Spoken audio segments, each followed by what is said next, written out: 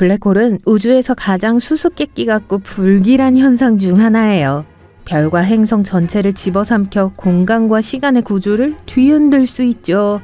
하지만 만약 우리의 고향인 지구가 블랙홀의 사건 지평선에 휘말린다면 어떨까요?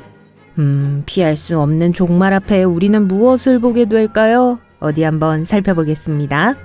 블랙홀은 운동장의 불량배 같은 거예요. 어떻게든 피해야 해요. 블랙홀은 중력이 너무 강해서 빛은 물론 그 어떤 것도 빠져나갈 수 없는 공간이에요. 탈출 고개사 후딘이랑은 정반대네요. 눈 결정체처럼 모든 블랙홀은 고유해요. 각각의 블랙홀은 질량, 스핀, 전하를 가지고 있어요. 그리고 청바지처럼 다양한 크기로도 존재해요. 몸집이 작고 날씬하고 보통이고 허스키하거나 어쨌든 4가지 크기가 있어요. 가장 작은 블랙홀은 항성 질량 종류예요. 거대한 별이 힘을 다해 스스로 접힐 때 태어나는데 마치 블랙홀 세계의 치아와 같은 존재로 크기는 작지만 사나워요. 배고픈 강아지처럼 주변의 물질을 먹어 치우죠. 그리고 가장 작은 것조차도 우리 태양보다 3배나 더 거대해요. 다음은 이 우주 가족의 중간 자식들인 중간 질량 블랙홀입니다. 중질량 블랙홀은 너무 커서 붕괴된 별에서 탄생할 수 없어요. 과학자들은 여러 개의 블랙홀이 하나로 합쳐질 때 생성될 수 있다고 믿죠. 은하를 지배할 수는 없지만 적어도 주변 별을 삼킬 수는 있어요. 블랙홀에게는 좋은 일이죠.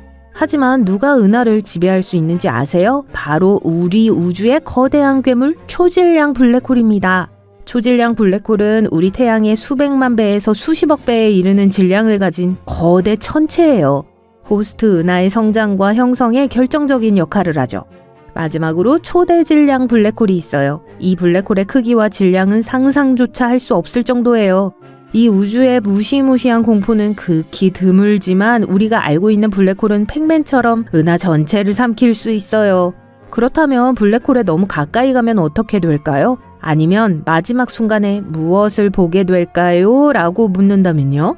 글쎄요, 먼저 사건의 지평선에 도달해요. 블랙홀의 가장자리를 표시하는 보이지 않은 경계인 돌아올 수 없는 지점과 같은 거예요. 그리고 여기서부터 상황이 정말 이상해지기 시작해요. 예를 들어 시간이 느려지기 시작해요. 여러분이 아니라 안전한 거리에서 여러분을 지켜보는 외부인에게 말이죠. 여러분이 블랙홀에 빠지고 있다면 별다른 느낌이 들지 않을 거예요. 하지만 다른 사람이 블랙홀에 빠지는 것을 지켜보고 있다면 마치 정지된 동영상처럼 시간이 느려지다가 결국 멈춰버리는 걸 볼 수 있어요. 더 가까이 다가가면 꽤나 놀라운 광경이 보이기 시작할 거예요. 중력으로 인해 주변의 빛이 구부러지고 왜곡돼서 일종의 펀하우스 거울 효과를 만들어낼 거예요. 광자골이라고 알려진 블랙홀 주변의 빛의 후광이나 블랙홀의 극에서 뿜어져 나오는 고에너지 입자 분출을 볼 수도 있어요. 실제로 블랙홀에 가까이 다가가도 큰 영향을 느끼지 못할 수도 있어요. 하지만 사건의 지평선을 넘어가면 다시는 돌아올 수 없어요. 주사위는 던져졌죠. 이 경계를 넘으면 아무것도 볼 수 없게 돼요. 외부에서 여러분을 지켜보는 사람에게는 마치 갑자기 사라진 것처럼 보일 거예요. 한편 스파게티 조각처럼 약간 늘어나는 느낌이 들 수도 있어요. 중력이 너무 극명하게 달라서 한 번에 여러 방향으로 당겨지기 때문인데 이 현상을 나타내는 스파게티화라는 과학 용어가 있을 정도예요. 언제 링기니화에 대해서도 다뤄볼게요. 이제 블랙홀 안에 들어왔으니 특이점을 조준하고 있어요. 특이점은 모든 물질이 한 점으로 뭉쳐지는 무한한 밀도의 중심점이에요. 마치 코끼리를 작은 성냥갑에 넣으려는 것과 같아서 모든 것이 가능한 한 작아질 때까지 뭉개져요. 이제 작별 인사를 해야 할 때라는 뜻이겠죠. 이 모든 것이 무섭게 들린다면 블랙홀이 전혀 드물지 않다는 또 다른 재미있는 사실을 알아두세요. 사실 우리 은하수를 포함한 모든 은하의 중심에 하나씩 존재해요. 그렇다면 결국 우리가 블랙홀에 빨려 들어간다는 뜻일까요? 그러면 정확히 어떻게 그런 일이 일어날까요? 어디 봅시다. 블랙홀이 우리 태양계로 접근한다고 상상해 볼게요. 처음에는 멀리 있는 작은 점으로만 보여요. 하지만 점점 더 가까워지면서 중력이 주위를 혼란에 빠뜨리기 시작해요. 행성이 궤도를 벗어나기 시작하고 소행성이 사라지고 해성이 수백만 조각으로 산산조각이 나기 시작합니다. 하지만 진짜 파멸은 아직 오지 않았어요. 머지않아 지구에 도달하겠죠. 먼저 지구의 대기가 블랙홀 쪽으로 끌려가면서 거대한 폭풍우가 일어날 거예요. 그리고 바다에는 거대한 파도가 일고 물 자체가 중력에 의해 왜곡될 거예요. 바닷물이 기지개 켜듯 넓게 펼쳐지는 모습을 상상해보세요. 지구의 자기장은 지구의 핵에서 녹은 철의 움직임에 의해 생성돼요. 하지만 이제 블랙홀의 극심한 조성력이 이 운동을 방해해서 자기장을 약화시키고 왜곡시킬 거예요. 이 모든 것으로 인해 행성의 지각과 멘틀이 떨어져 나가면서 대규모 지진과 화산 폭발이 일어날 거예요. 모든 인프라와 기술이 완전히 파괴되겠죠. 건물, 교량, 도로가 산산조각이 날 거예요. 좋아요. 일시정지 버튼을 눌러보겠습니다. 꽤 끔찍하죠? 네, 하지만 걱정하지 마세요. 여러분은 이 모든 것을 보지도 못할 거예요. 블랙홀의 영향을 훨씬 더 일찍 느꼈을 테니까요. 다시 미래로 돌아와서 우리는 모든 것이 붕괴되기 전에 자기장을 잃게 될 거예요. 그리고 날씨와 기후가 끔찍해지는 데다 극심한 방사선에 노출되기도 하겠죠. 이 감마선과 블랙홀의 열은 지구를 크게 변화시킬 수 있어요. 우리의 모든 아름다운 자연과 작별 인사를 하세요. 적어도 불행은 동행을 좋아해요. 우리만 블랙홀의 영향을 받는 건 아닐 거예요. 아마도 더 나쁘겠죠. 이 괴물이 태양계 전체를 삼킨다면 거의 모든 것을 집어삼킬 거예요. 즉각적인 영향 중 하나는 소행성, 해성 및 기타 모든 천체의 궤도가 파괴되는 거예요. 행성들은 변형되고 늘어나기 시작해서 표면이 녹은 금속처럼 휘어질 거예요. 태양 자체도 영향을 받아 표면이 퍼티 덩어리처럼 뒤틀리게 될 거예요. 네, 그 모든 것이 상상하기조차 무섭습니다. 하지만 이제 숨을 고르고 긴장을 푸세요. 그런 일은 절대 일어나지 않을 테니까요. 이건 밝은 면이잖아요. 기억하시죠? 여러분이 로또에 당첨될 확률보다 지구가 블랙홀에 휩쓸릴 확률이 훨씬 더 적어요. 우리 태양계에서 가장 가까운 블랙홀은 가이아 BH1이라고 불려요. 2022년에 과학자들이 발견한 이 블랙홀은 지구에서 약 1600광년 떨어진 우리 은하계에서 발견됐어요. 가이아 BH1은 우리 태양 질량의 약 10배에 달하는 항성 질량 블랙홀이에요.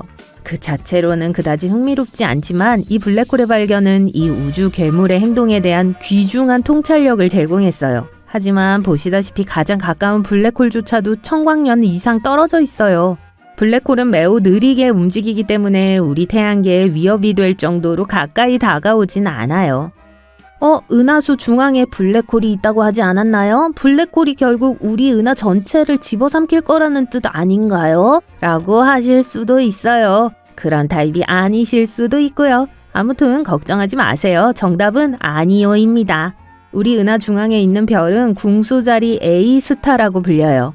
몇 년 전 인터넷을 떠돌던 흐릿한 사진에서 이 블랙홀을 기억하실 거예요. 이 블랙홀은 실제로 매우 거대하며 마치 사랑에 빠진 두 중학생처럼 강한 중력을 가지고 있어요. 하지만 여전히 작은 콩 한쪽에 불과해요. 그래서 가까운 물체에만 영향을 미쳐요. 은하계의 천체들은 모두 너무 크고 너무 빨리 움직여서 블랙홀에 빨려 들어가기 어려워요. 그럼에도 불구하고 블랙홀은 여전히 연구하기에 매력적인 물체입니다. 과학자들은 여전히 블랙홀의 신비를 풀기 위해 노력하고 있어요. 블랙홀은 우리에게 전혀 위험하지 않더라도 우주의 놀라운 힘을 상기시켜주는 존재예요. 이제 초콜릿의 놀라운 힘에 주목해볼까 싶네요. 행성들이 옆으로 약간 기울어져 있는 건 정상이에요. 지구는 23도 기울어져 있습니다. 그래서 계절이 있는 거예요. 여러분이 있는 세계의 일부가 태양에 더 가까이 기울어지면 여름이에요. 반대로도 작용하는데 태양에서 멀어지면 겨울이에요. 하지만 천왕성은 보통보다 더 많이 기울어져 있어요. 98도의 각도로 누워있는데 이게 이곳의 계절에 큰 영향을 미치죠. 천왕성의 각 계절이 끝나는 데는 21년이 걸려요. 다음번에 겨울이 너무 길다고 불평할 때 생각해봐야 할 거리네요. 여기 지구에서 우리는 몇 분, 몇 시간, 심지어 며칠 단위로 거리를 측정해요.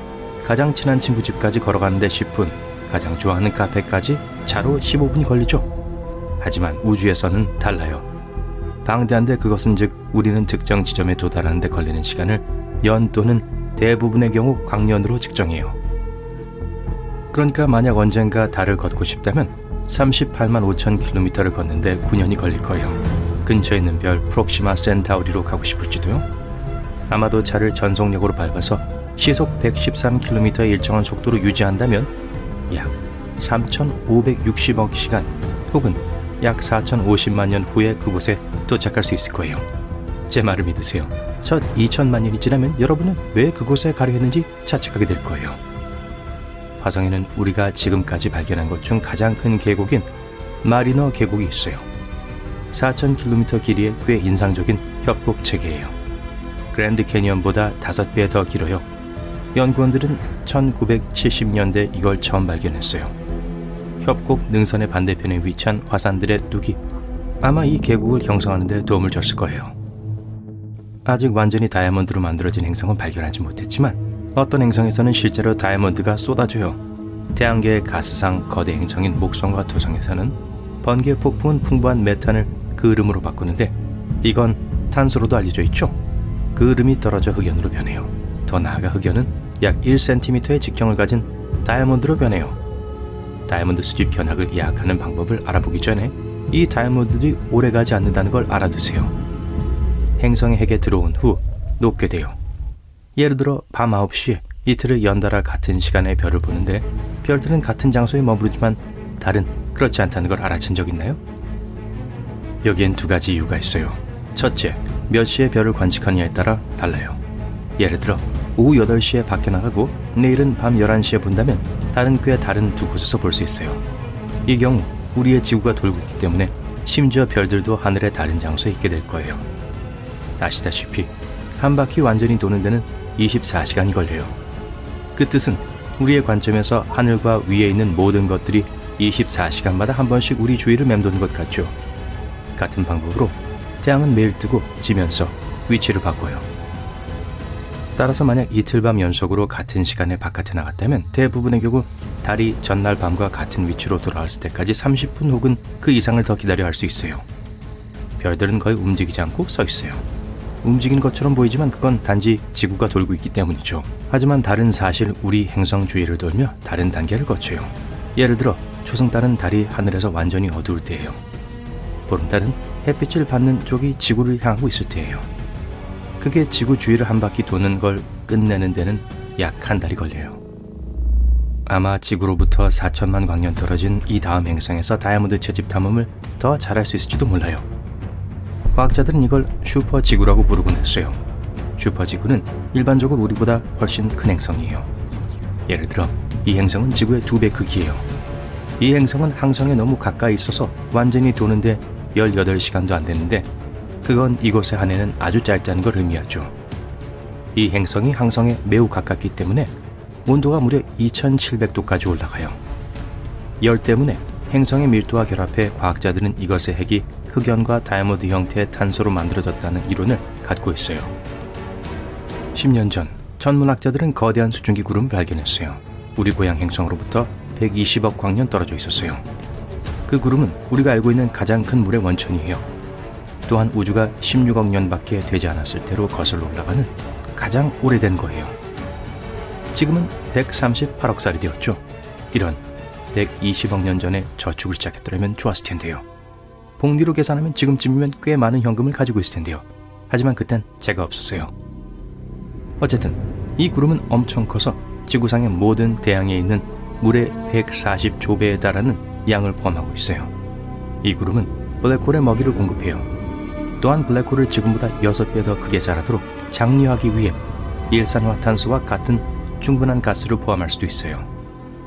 우리 행성의 평균 온도는 14도예요. 그리고 지금까지 측정된 가장 높은 온도는 57도였죠. 너무 더운 것 같나요? 금성에서는 482도까지 올라갈 수 있어서 여기가 태양계에서 가장 뜨거운 행성이 되죠. 하지만 강철을 녹일 만큼 뜨겁진 않아요. 거기에 도달하려면 1370도로 더 높아야 해요. 하지만 납은 녹을 정도로 뜨거워요. 그리고 생명을 유지하기에는 너무 뜨거워요. 적어도 우리가 아는 어떤 형태든 말이죠. 금성은 심지어 태양과 제일 가깝지도 않아요. 가까운 건 수성이에요. 하지만 온실가스를 가두는 아주 두꺼운 대기를 갖고 있어요. 마치 한여름에 두꺼운 담요로 몸을 덮는 것과 같죠. 우린 화산이 뜨거운 용암을 분출하는 걸 보는 게 익숙하죠. 결국 그게 지구에서 주로 일어나는 일이죠. 하지만 우주에서 화산은 메탄, 물 또는 암모니아를 내뿜는 경향이 있어요. 그리고 이 물질들은 분출하면서 결국 얼어붙은 증기와 화산 눈이라고 불리는 걸로 변해요. 전 얼음 화산에 대해 이야기하고 있는 거예요. 목성의 위성인 이오와 유로파, 토성의 위성 타이탄, 그리고 명왕성에서 이것들을 발견할 수 있어요. 이 화산들은 특히 수백 개의 분출구가 있는 이오에서 발발해요. 나사의 탐사선들은 심지어 실시간으로 이 폭발들 중 일부를 포착했어요.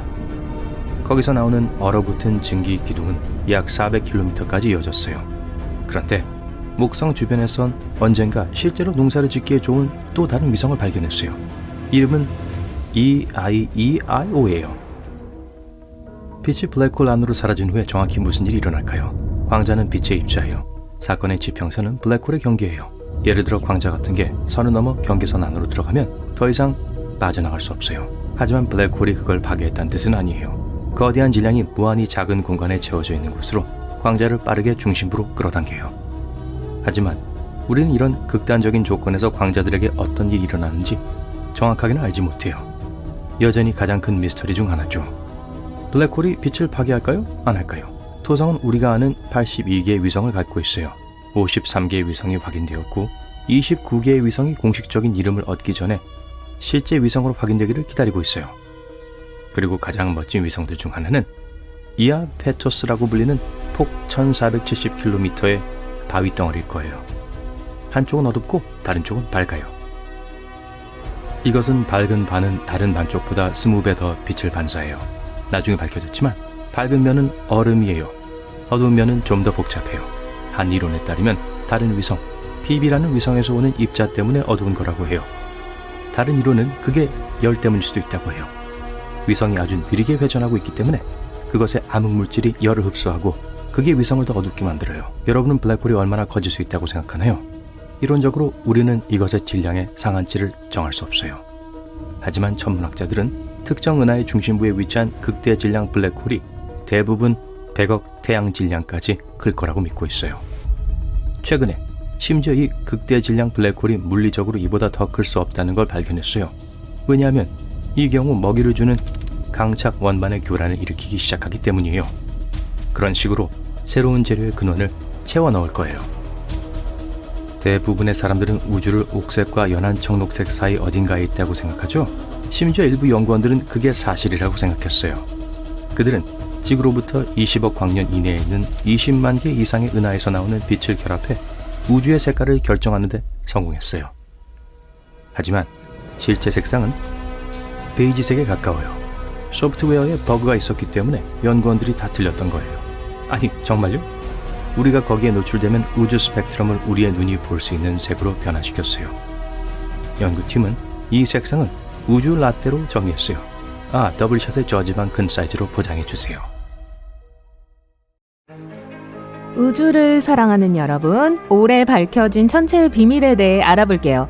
거대한 별부터 유기 분자까지 올해는 천문학자들에게 멋진 한 해였어요. 여러분이 놓쳤을지도 모를 2023년의 흥미진진한 소식들을 지금 바로 만나보세요. 우선 진정한 우주 괴물이 발견됐어요. 밤하늘을 올려다보면 그냥 큰 별이 아니라 엄청나게 거대한 별이 보인다고 상상해보세요. 과학자들은 제임스 웹 우주망원경이라는 특수 망원경을 사용하여 우주의 초창기를 탐험해왔습니다. 그리고 그 모험 중에 과학자들은 우리 태양보다 10,000배나 큰 고대 별들을 우연히 발견했습니다. 네, 맞아요. 10,000배. 거대한 별들은 수십억 년 전에 우주에서 가장 먼저 형성된 별들이었어요. 구상성단을 각 그룹이 무려 10만 명에서 100만 명에 이르는 구성원으로 이루어진 거대한 우주 집합체라고 상상해보세요. 이 성단은 모든 별이 거의 같은 시기에 태어나는 거대한 가족 모임과 같습니다. 그렇다면 새로 발견된 이 괴물들의 특별한 이유는 무엇일까요? 그 이유는 바로 중심부인 핵이 오늘날 별에서 볼 수 있는 것보다 훨씬 더 뜨겁기 때문입니다. 과학자들은 이 강렬한 열이 매우 높은 온도에서 많은 양의 수소가 연소되기 때문일 수 있다고 생각합니다. 마치 은하계 바베큐 파티를 하는 것 같아요. 이 구상성단에서는 흥미로운 일이 일어납니다. 작은 별들은 초질량 별과 충돌하여 마치 파워업과 같은 추가 에너지를 얻습니다. 하지만 이 성단의 대부분은 이제 늙어가고 있으며 초질량 별은 오래전에 사라졌습니다. 우리는 오늘날 우리가 관측하는 성단에서 그 존재의 힌트만 볼 수 있습니다. 과학자들은 그 웅장한 존재의 신비한 흔적만으로 초질량 성단을 연구하죠. 이 괴물별의 발견은 우주에 대한 우리의 이해에 매우 중요합니다.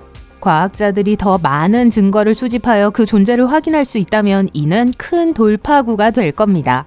구상성단과 초질량별이 일반적으로 어떻게 형성되는지에 대해 더 많이 알게 될 거예요.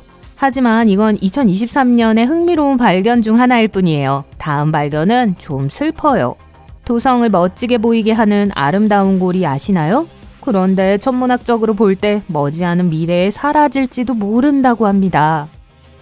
2004년부터 2017년까지 토성을 탐사한 나사의 카시니 탐사선은 고리에 대한 흥미로운 데이터를 수집했습니다. 카시니가 토성 사이에서 멋진 기동을 펼쳤던 그랜드 피날레 기간 동안 과학자들은 놀라운 사실을 발견했어요. 고리가 매 초마다 엄청난 양의 질량을 잃고 있었다는 사실이죠. 즉, 이 웅장한 후광은 기껏해야 수억 년 정도만 더 지속될 것이라는 뜻입니다. 인간에게는 긴 시간처럼 보일 수 있지만 우주의 거대한 계획에서 보면 눈 깜짝할 사이에 지나가는 시간이에요. 중요한 건 토성의 고리 같은 거대한 고리가 영원히 지속되지 않는다는 사실을 알게 되었다는 거죠. 결국엔 사라져요. 적어도 우리는 이 순간을 놓치지 않을 겁니다. 과학자들은 토성의 고리가 사라지면 어떤 일이 일어날지에 대한 재밌는 이론을 가지고 있어요. 천왕성과 목성처럼 태양계의 다른 얼음과 가스로 이루어진 거대 행성들도 한때 거대한 고리를 가지고 있었을 것이라고 생각해요. 그러나 시간이 지남에 따라 그 고리는 닳아 없어져 현재 천왕성과 같은 얇고 가느다란 소행성띠처럼 되었을 거예요. 토성의 고리는 대부분 얼음으로 이루어져 있지만 암석 먼지도 뿌려져 있습니다. 이 먼지는 소행성과 아주 작은 운석이 천체와 충돌하여 부서지면서 생긴 거예요. 마치 얼음 입자와 우주 파편으로 이루어진 눈보라와 같죠. 이 연구는 또한 토성의 고리가 행성 자체가 형성된 지 오랜 시간 후에 나타났다는 사실을 밝혀냈습니다. 공룡이 지구를 돌아다녔을 때에도 형성되고 있었던 거죠. 따라서 천문학적 나이로 보면 실제로 수억 년밖에 되지 않는 아주 어린 나이에 불과합니다. 이 발견은 토성의 과거에 이 놀라운 얼음 원반을 만들기 위해 극적인 일이 일어났음을 의미하기 때문에 과학자들이 모두 흥분하고 있습니다. 그러나 이것은 풀어야 할 미스테리입니다. 과학자들은 고리가 형성된 정확한 원인과 고리가 숨막히게 멋진 구조를 가진 이유를 알아내고 싶어요. 알아낼 수 있길 바랍니다.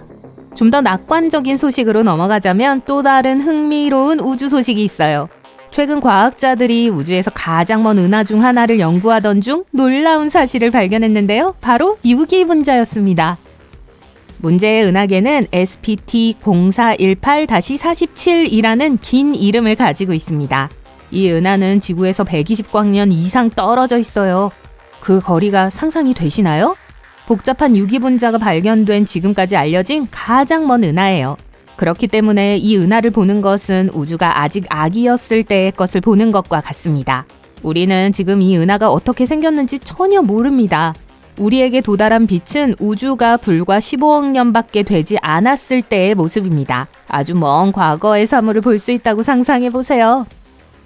연구팀이 발견한 것은 다환 방향족 탄화수소 분자 또는 간단히 PAH 분자라는 매우 복잡한 이름을 가진 물질이에요. 이게 도대체 뭐지? 라고 궁금해하실 수도 있지만 이 분자는 실제로 지구상에서도 쉽게 찾을 수 있습니다. 자동차 엔진에서 나오는 연기나 산불 같은 것에서도 발견할 수 있어요. PAH 분자는 탄소 원자사슬로 구성되어 있으며 생명의 기본 구성 요소로 간주된다는 점이 정말 멋진 사실이에요. 생명의 구성 요소인 작은 탄소 사슬이 아주 먼 은하계에서 발견되었다고 상상해보세요. 건초 더미에서 바늘을 찾는 것과 같죠. 또한 그 은하계에 떠다니는 가스가 무거운 원소로 가득 차 있다는 것이 발견됐어요. 이것은 많은 별들이 생성되고 사라지면서 이 모든 놀라운 원소들을 만들어냈다는 걸 암시하기 때문에 매우 중요한 일이에요. 이것은 이 은하가 잠재적으로 다른 많은 원소들도 풍부할 수 있다는 걸 의미하죠. 이 발견은 많은 가능성을 제시하고 흥미로운 질문을 제기합니다. 이 분자들은 어떻게 그렇게 먼 은하계에서 형성되었을까요? 우리는 지금 과거를 들여다보고 있는데요. 이 유기 분자들은 그동안 어떤 일을 겪었을까요? 생명체로 진화할 수 있었을까요? 우리는 놀라운 것들이 밝혀지기를 기다리며 수박 겉핥기를 하고 있을 뿐이에요. 그런데 과학자들은 지금까지 어떻게 그런 것을 발견할 수 있었을까요? 바로 제임스 웹 우주 망원경이라는 장비가 있었기 때문이에요. 이 멋진 망원경은 최근에 발사되었고 우주를 관찰하는 데 있어 초능력을 가지고 있습니다. 과학자들이 이 먼 은하계를 연구할 때 작은 문제가 있었어요. 저 멀리 있는 물체에서 나오는 빛이 너무 희미해서 보거나 감지하기 어려웠죠. 그런데 이 문제를 해결할 수 있는 기발한 아이디어가 있었어요. 자연의 특별한 돋보기와 같은 중력 렌즈라는 것을 사용했습니다. 사진 촬영처럼 두 은하가 완벽하게 일렬로 늘어서 있다고 상상해 보세요. 멀리 있는 은하, 즉 배경 은하의 빛이 우리를 향해 이동합니다. 하지만 그 여정에서 빛은 가까이 있는 은하를 거대한 우주 렌즈처럼 통과합니다. 그리고 가까이 있는 은하의 중력이 돋보기처럼 빛을 굴절시켜 더 크고 밝게 만들어줍니다. 마치 망원경에 우주 줌 렌즈가 있는 것과 같아요. 이 빛의 굴곡은 아인슈타인 골이라고 불리는 매우 멋진 모양을 만들어내요. 마치 전경 은하를 둘러싼 후광이나 빛의 고리와 같습니다. 기본적으로 자연이 마법의 힘을 과시하는 방식이죠. 중력 렌즈와 이 아름다운 아인슈타인 고리를 통해 과학자들은 멀리 있는 물체를 더 선명하게 볼 수 있고 우주에 대한 놀라운 사실을 배울 수 있습니다. 그 덕분에 초기 은하계에 숨겨진 화학적 상호작용을 밝혀낼 수 있었습니다. 놀랍죠? 과학자들은 이 발견에 대해 흥분을 감추지 못하고 있어요. 엄청나게 먼 은하계에서 이렇게 복잡한 유기 분자를 발견할 거라고 전혀 예상하지 못했기 때문이죠. 누가 알겠어요? 어쩌면 이것은 스릴 넘치는 우주여행의 시작에 불과할지도 몰라요. 그러니까 동료 우주탐험가 여러분, 계속 별을 주시하세요.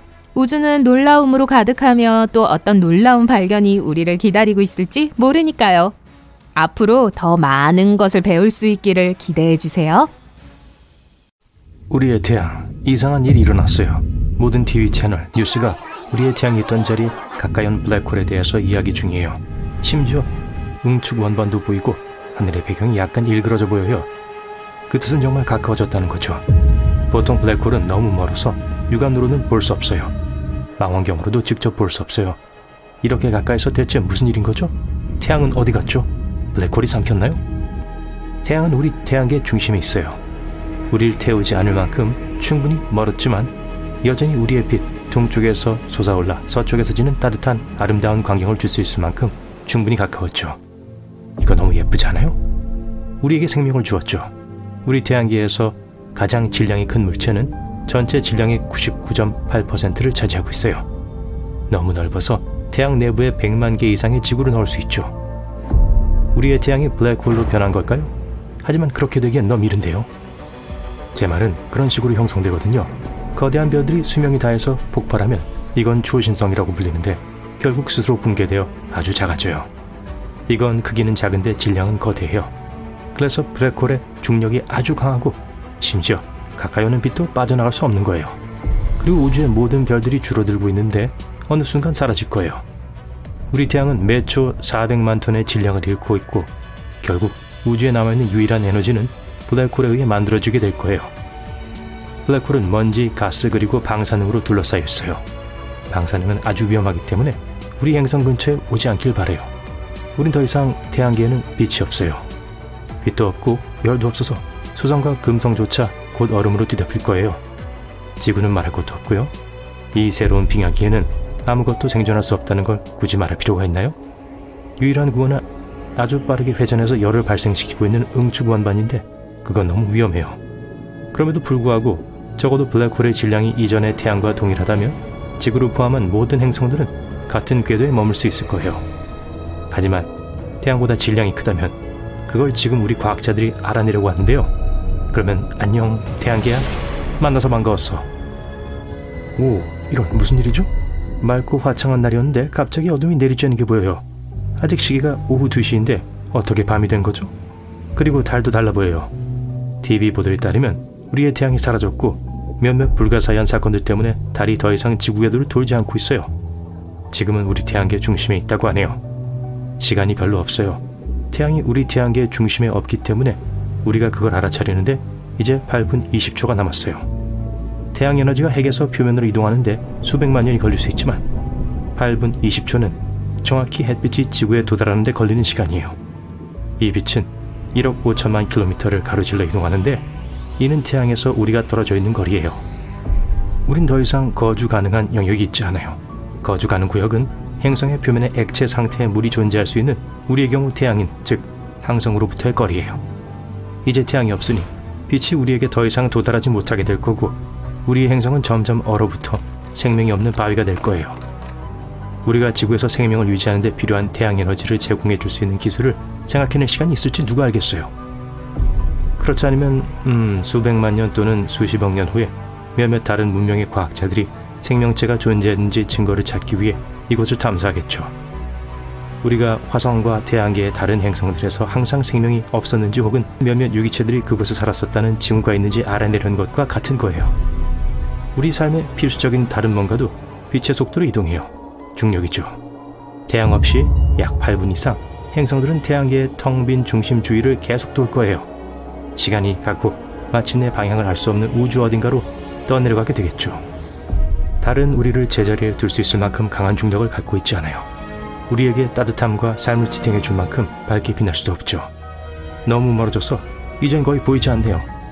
예전처럼 우리 행성을 평화롭게 접근하지 않는 달 때문에 조수가 믿을 수 없을 정도로 빠르게 낮아지는 걸 볼 수 있어요. 그리고 바람도 많이 불어요. 바람이 훨씬 더 세지고 빨라요. 모든 게 정상이었을 때 우리의 지구는 23.5도 기울어져 있었는데 이것 때문에 날씨와 계절이 바뀔 수 있었던 거예요. 이제 기울기가 너무 심해서 엄청 빠르게 추워지고 있어요. 그리고 시간이 거의 다 돼서 사람들이 소리를 지르고 다들 공황 상태에 빠졌어요. 영원한 어둠에 잠길 때까지 아직 1분 정도 남았어요. 우린 정확히 무슨 일이 일어났고 부주의하게 살았던 어제의 삶이 어떻게 끝이 났는지 몰라요. 아무도 예측할 수 없었지만 갑자기 거대한 중성자별이 우리 태양이 있던 자리를 차지한 것 같아요. 우리가 스스로 알 수 있는 것은 아니에요. 단지 뭔가가 다르다는 건 알아차렸을 뿐이고 태양이 더 작아지고 이상해졌어요. 나머지는 뉴스에서 들었죠. 그리고 어떻게 된 일인지 아무도 몰라요. 우리 태양이 중성자별 뒤에 있는 건 아닐까요? 아니면 태양이 태양계 밖으로 밀려나 알 수 없는 방향으로 갔을까요? 중성자별은 우리가 알고 있는 가장 밀도가 높은 우주물체예요. 태양보다 질량이 거의 2배 크지만 지름은 15km에 불과한 항성에 압축되어 있는데 이건 지구에 있는 도시만한 크기예요. 중성자별은 거대한 별의 연료가 부족할 때 생겨나요. 그게 크게 폭발하며 붕괴되죠. 그것의 가장 중심 영역인 중심핵이 붕괴하고 모든 전자, 음전하 입자와 양성자, 양전하 입자가 하나로 뭉쳐져 중성자로 만들어져서 전하를 띠지 않거나 중성 충전 상태를 띠게 돼요. 우린 지금 아주 곤란한 상황에 처했어요. 기본적으로 우리의 종말이 오기를 기다리고 있죠. 이 중성자별은 지구보다 20억 배 더 강한 중력을 갖고 있어요. 그 뜻은 우리의 새 태양이 자기 쪽으로 태양계의 모든 행성들을 끌어당겨 결국 파괴할 거란 거예요. 벌써 시작됐어요. 우리가 아는 바로는 처음에 행성들이 중성자별의 강력한 힘에 이끌려 안정적인 궤도를 벗어나고 있어요. 아주 급속도로 혼란스러워지고 있어요. 그리고 여기서 멈추지 않을 거예요. 중성자별은 초당 700회 이상 회전해요. 이건 엄청나게 빠른데 우리의 태양은 27일에 한 번 회전해요. 그래서 우리를 포함한 모든 행성을 파괴한 후 이 별은 빛의 약 5분의 1의 속도로 우주를 계속 회전할 겁니다. 시간이 지나면서 느려지며 사라질 수도 있지만 안 그럴 수도 있어요. 수천 년 후 많은 중성자별들이 느려지며 꺼지기 시작해요. 하지만 항상 그런 일이 생기는 건 아니에요. 만약 그게 다른 별과 만나게 되면 그것의 궤도를 돌면서 그 대기를 빨아먹으면서 어느 순간 붕괴되어 거대한 블랙홀로 변할 거예요. 어차피 우리의 태양은 다 타버릴 거였어요. 중성자별이 나타나기 전까지 태양은 46억 살이었고 이는 수명의 반쯤 지난 거였죠. 이미 수소 저장소의 반을 태워버렸고 다음 50억 년은 더 버틸 수 있을 만큼 충분한 물자를 갖고 있었죠. 결국 지구 크기가 되어 끝날 걸로 예상되었죠. 연료가 다 떨어지면 그냥 무너져 버릴 거였어요. 거대한 질량은 유지하겠지만 우리 행성의 부피와 비슷해졌을 거예요. 태양도 없고 생명도 없고 그러니 근본적으로 결과도 똑같았을 거예요. 하지만 이 방식은 느린 과정이었을 거예요. 그 시대의 인간이 이 태양계에 살 수 있을지 누가 알았겠어요. 하지만 중성자별의 경우 종말을 향해 아주 빠르게 이동하죠. 그리고 훨씬 더 혼란스러워요. 만약 중성자별이 다른 은하계 어딘가에 미쳐서 가고 있다면 펄서라고 부르는 먼 곳에서 번쩍이는 빛의 형태로만 볼 수 있었을 거예요. 하지만 이렇게라면 펑! 오븐에서 마늘빵이 완성되기를 기다리고 있어요. 부엌 창문으로 별을 올려다보다가 이런 생각을 해요. 마늘빵을 우주로 보낼 수 있을까요? 더 중요한 것은 빵이 다시 돌아왔을 때 여전히 먹을 수 있을까요? 아주 중요한 질문이에요. 보통 마늘빵에 관해서라면 사람들이 신경 쓰는 건 두 가지뿐입니다. 치즈를 얹을까 말까? 그리고 먹는 거죠. 부드럽고 따뜻한 빵과 어우러진 군침이 도는 마늘 맛. 정신 차릴게요. 그런데 빵을 어떻게 우주로 보내죠? 나사의 최초 우주 왕복선 비용이 약 49조 원이었다는 걸 감안할 때 우리가 하루 동안 우주선을 빌리는 걸 허락할 것 같진 않아요. 더 중요한 일이 있을 테니까요. 알아요. 모든 사람들이 마늘빵을 우리처럼 심각하게 받아들이지 않는다는 게 믿기 힘들다는 걸요. 하지만 걱정하지 마세요. 우리는 풍선만 있으면 돼요. 파티 장식용으로 피자, 햄버거, 핫도그, 케이크에 둘러싸인 그런 풍선이 아니에요. 제 머릿속에 먹을 것이 너무 가득한 것 같아요. 어쨌든 우리에게 필요한 풍선의 종류는 기상관측용 풍선이에요. 기상풍선은 최대 38km의 높은 고도에 도달하도록 특별히 설계되었습니다. 온도, 습도, 풍속, 대기압에 대한 정보를 얻기 위해 대기권 너머로 이 장치를 보내죠. 한 프랑스의 기상학자가 1896년에 처음으로 기상풍선으로 실험을 시작했고 그의 연구는 성층권의 발견으로 이어졌습니다. 이 풍선이 우리의 마늘빵을 위한 우주 택시 서비스로 운영되고 있는 걸 자랑스러워했을까요? 아닐 거예요. 하지만 오늘날 전 세계 수백 명의 사람들이 12시간마다 실험을 위해 이런 풍선을 쏘아 올리고 있다는 사실을 알면 분명 기뻐할 거예요. 대부분의 표준 기관들은 우주가 공식적으로 100km 상공에 있는 완전히 임의적인 카르만 선에서부터 시작된다고 믿고 있습니다. 빵을 궤도로 보내려면 시속 수만 킬로미터의 속도가 필요해요.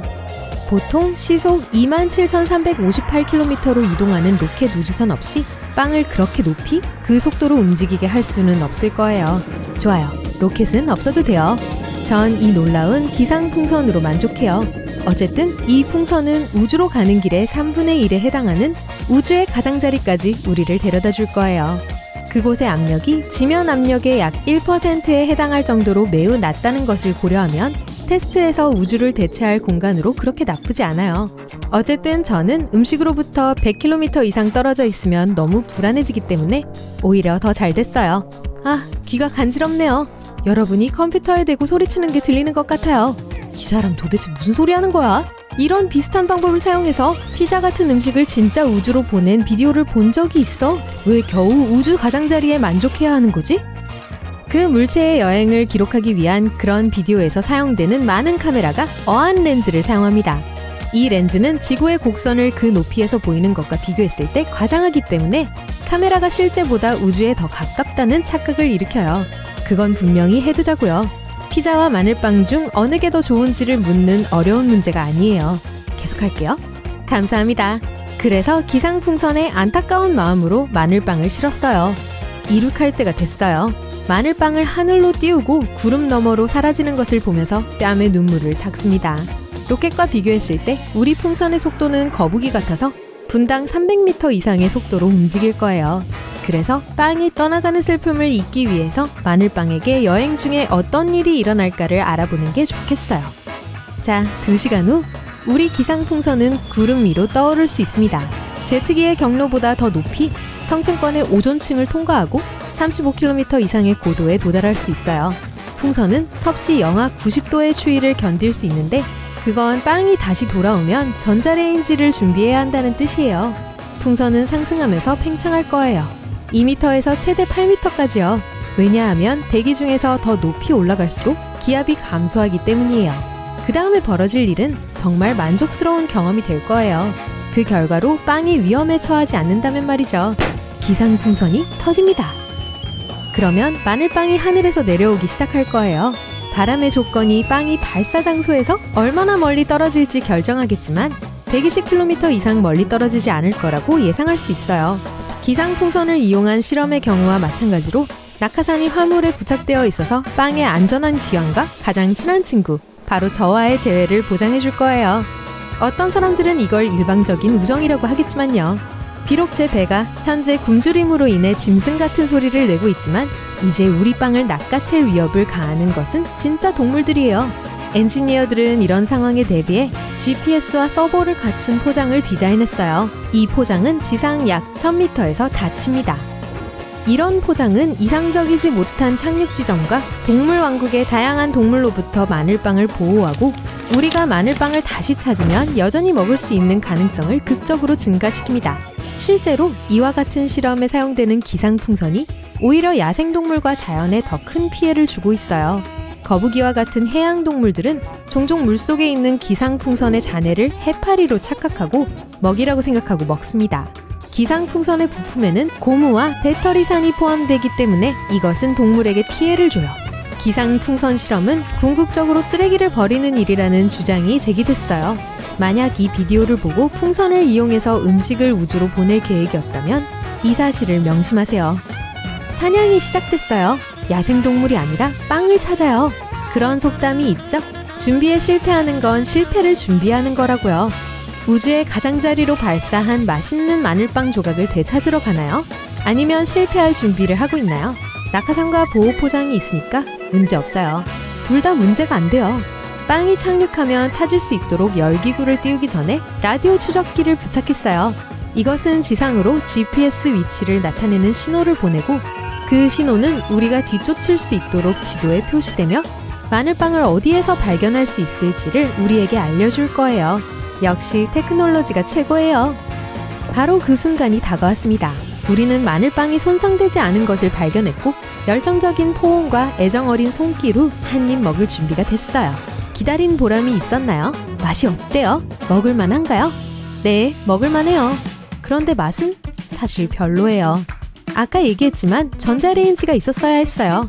빵은 여행 중에 겪은 무서운 온도 때문에 얼었어요. 정말 꽁꽁 얼어붙었었죠.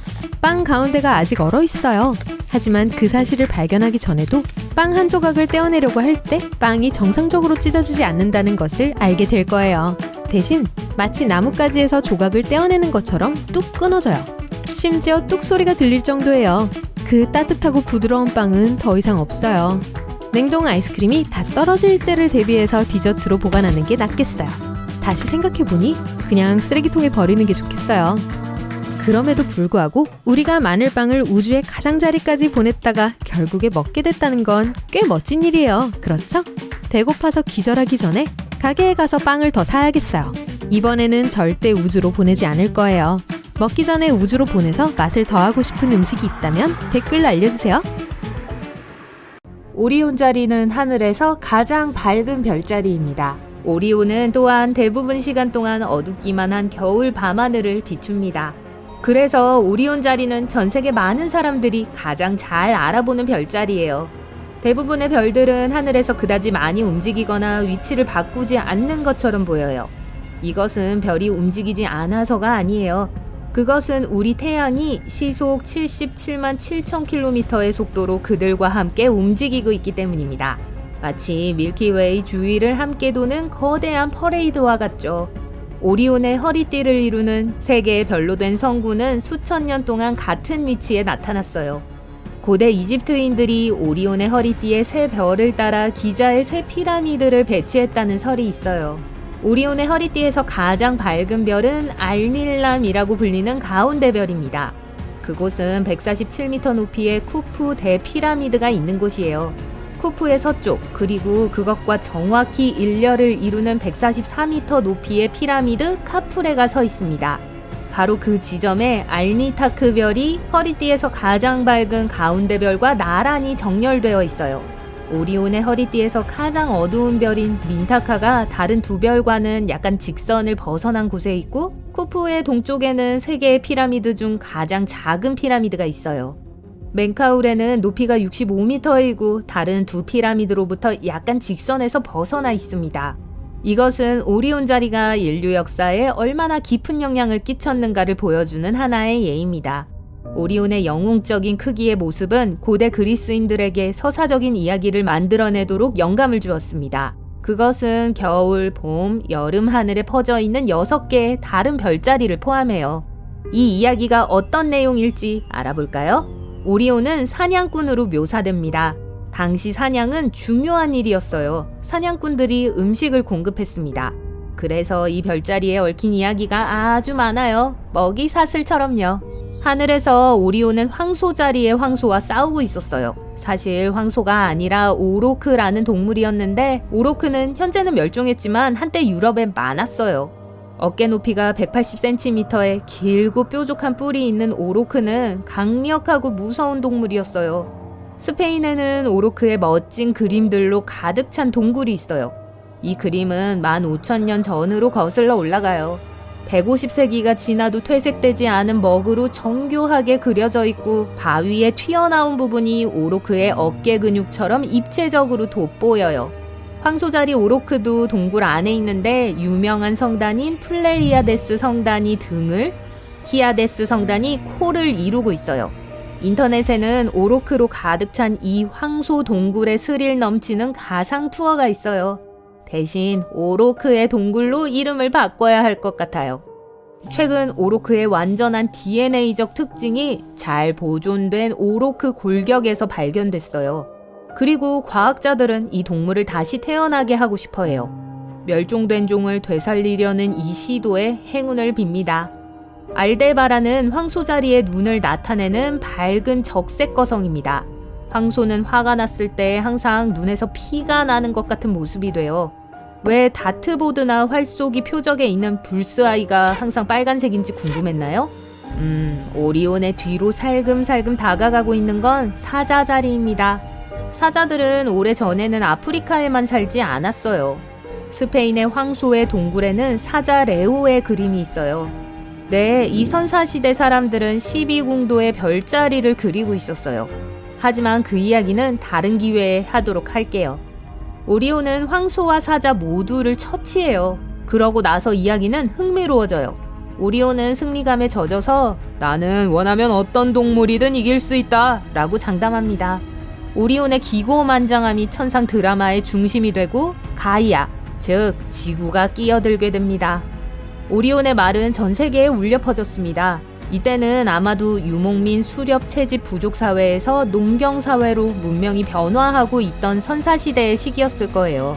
농경 사회는 12,000년 전에 마을을 형성했어요. 인구는 증가하고 있었고 식량 공급은 줄어들고 있었어요. 오리온과 모든 사냥꾼들에 대해 뭔가 조치를 취해야 했어요. 그렇지 않으면 사회 발전이 방해될 테니까요.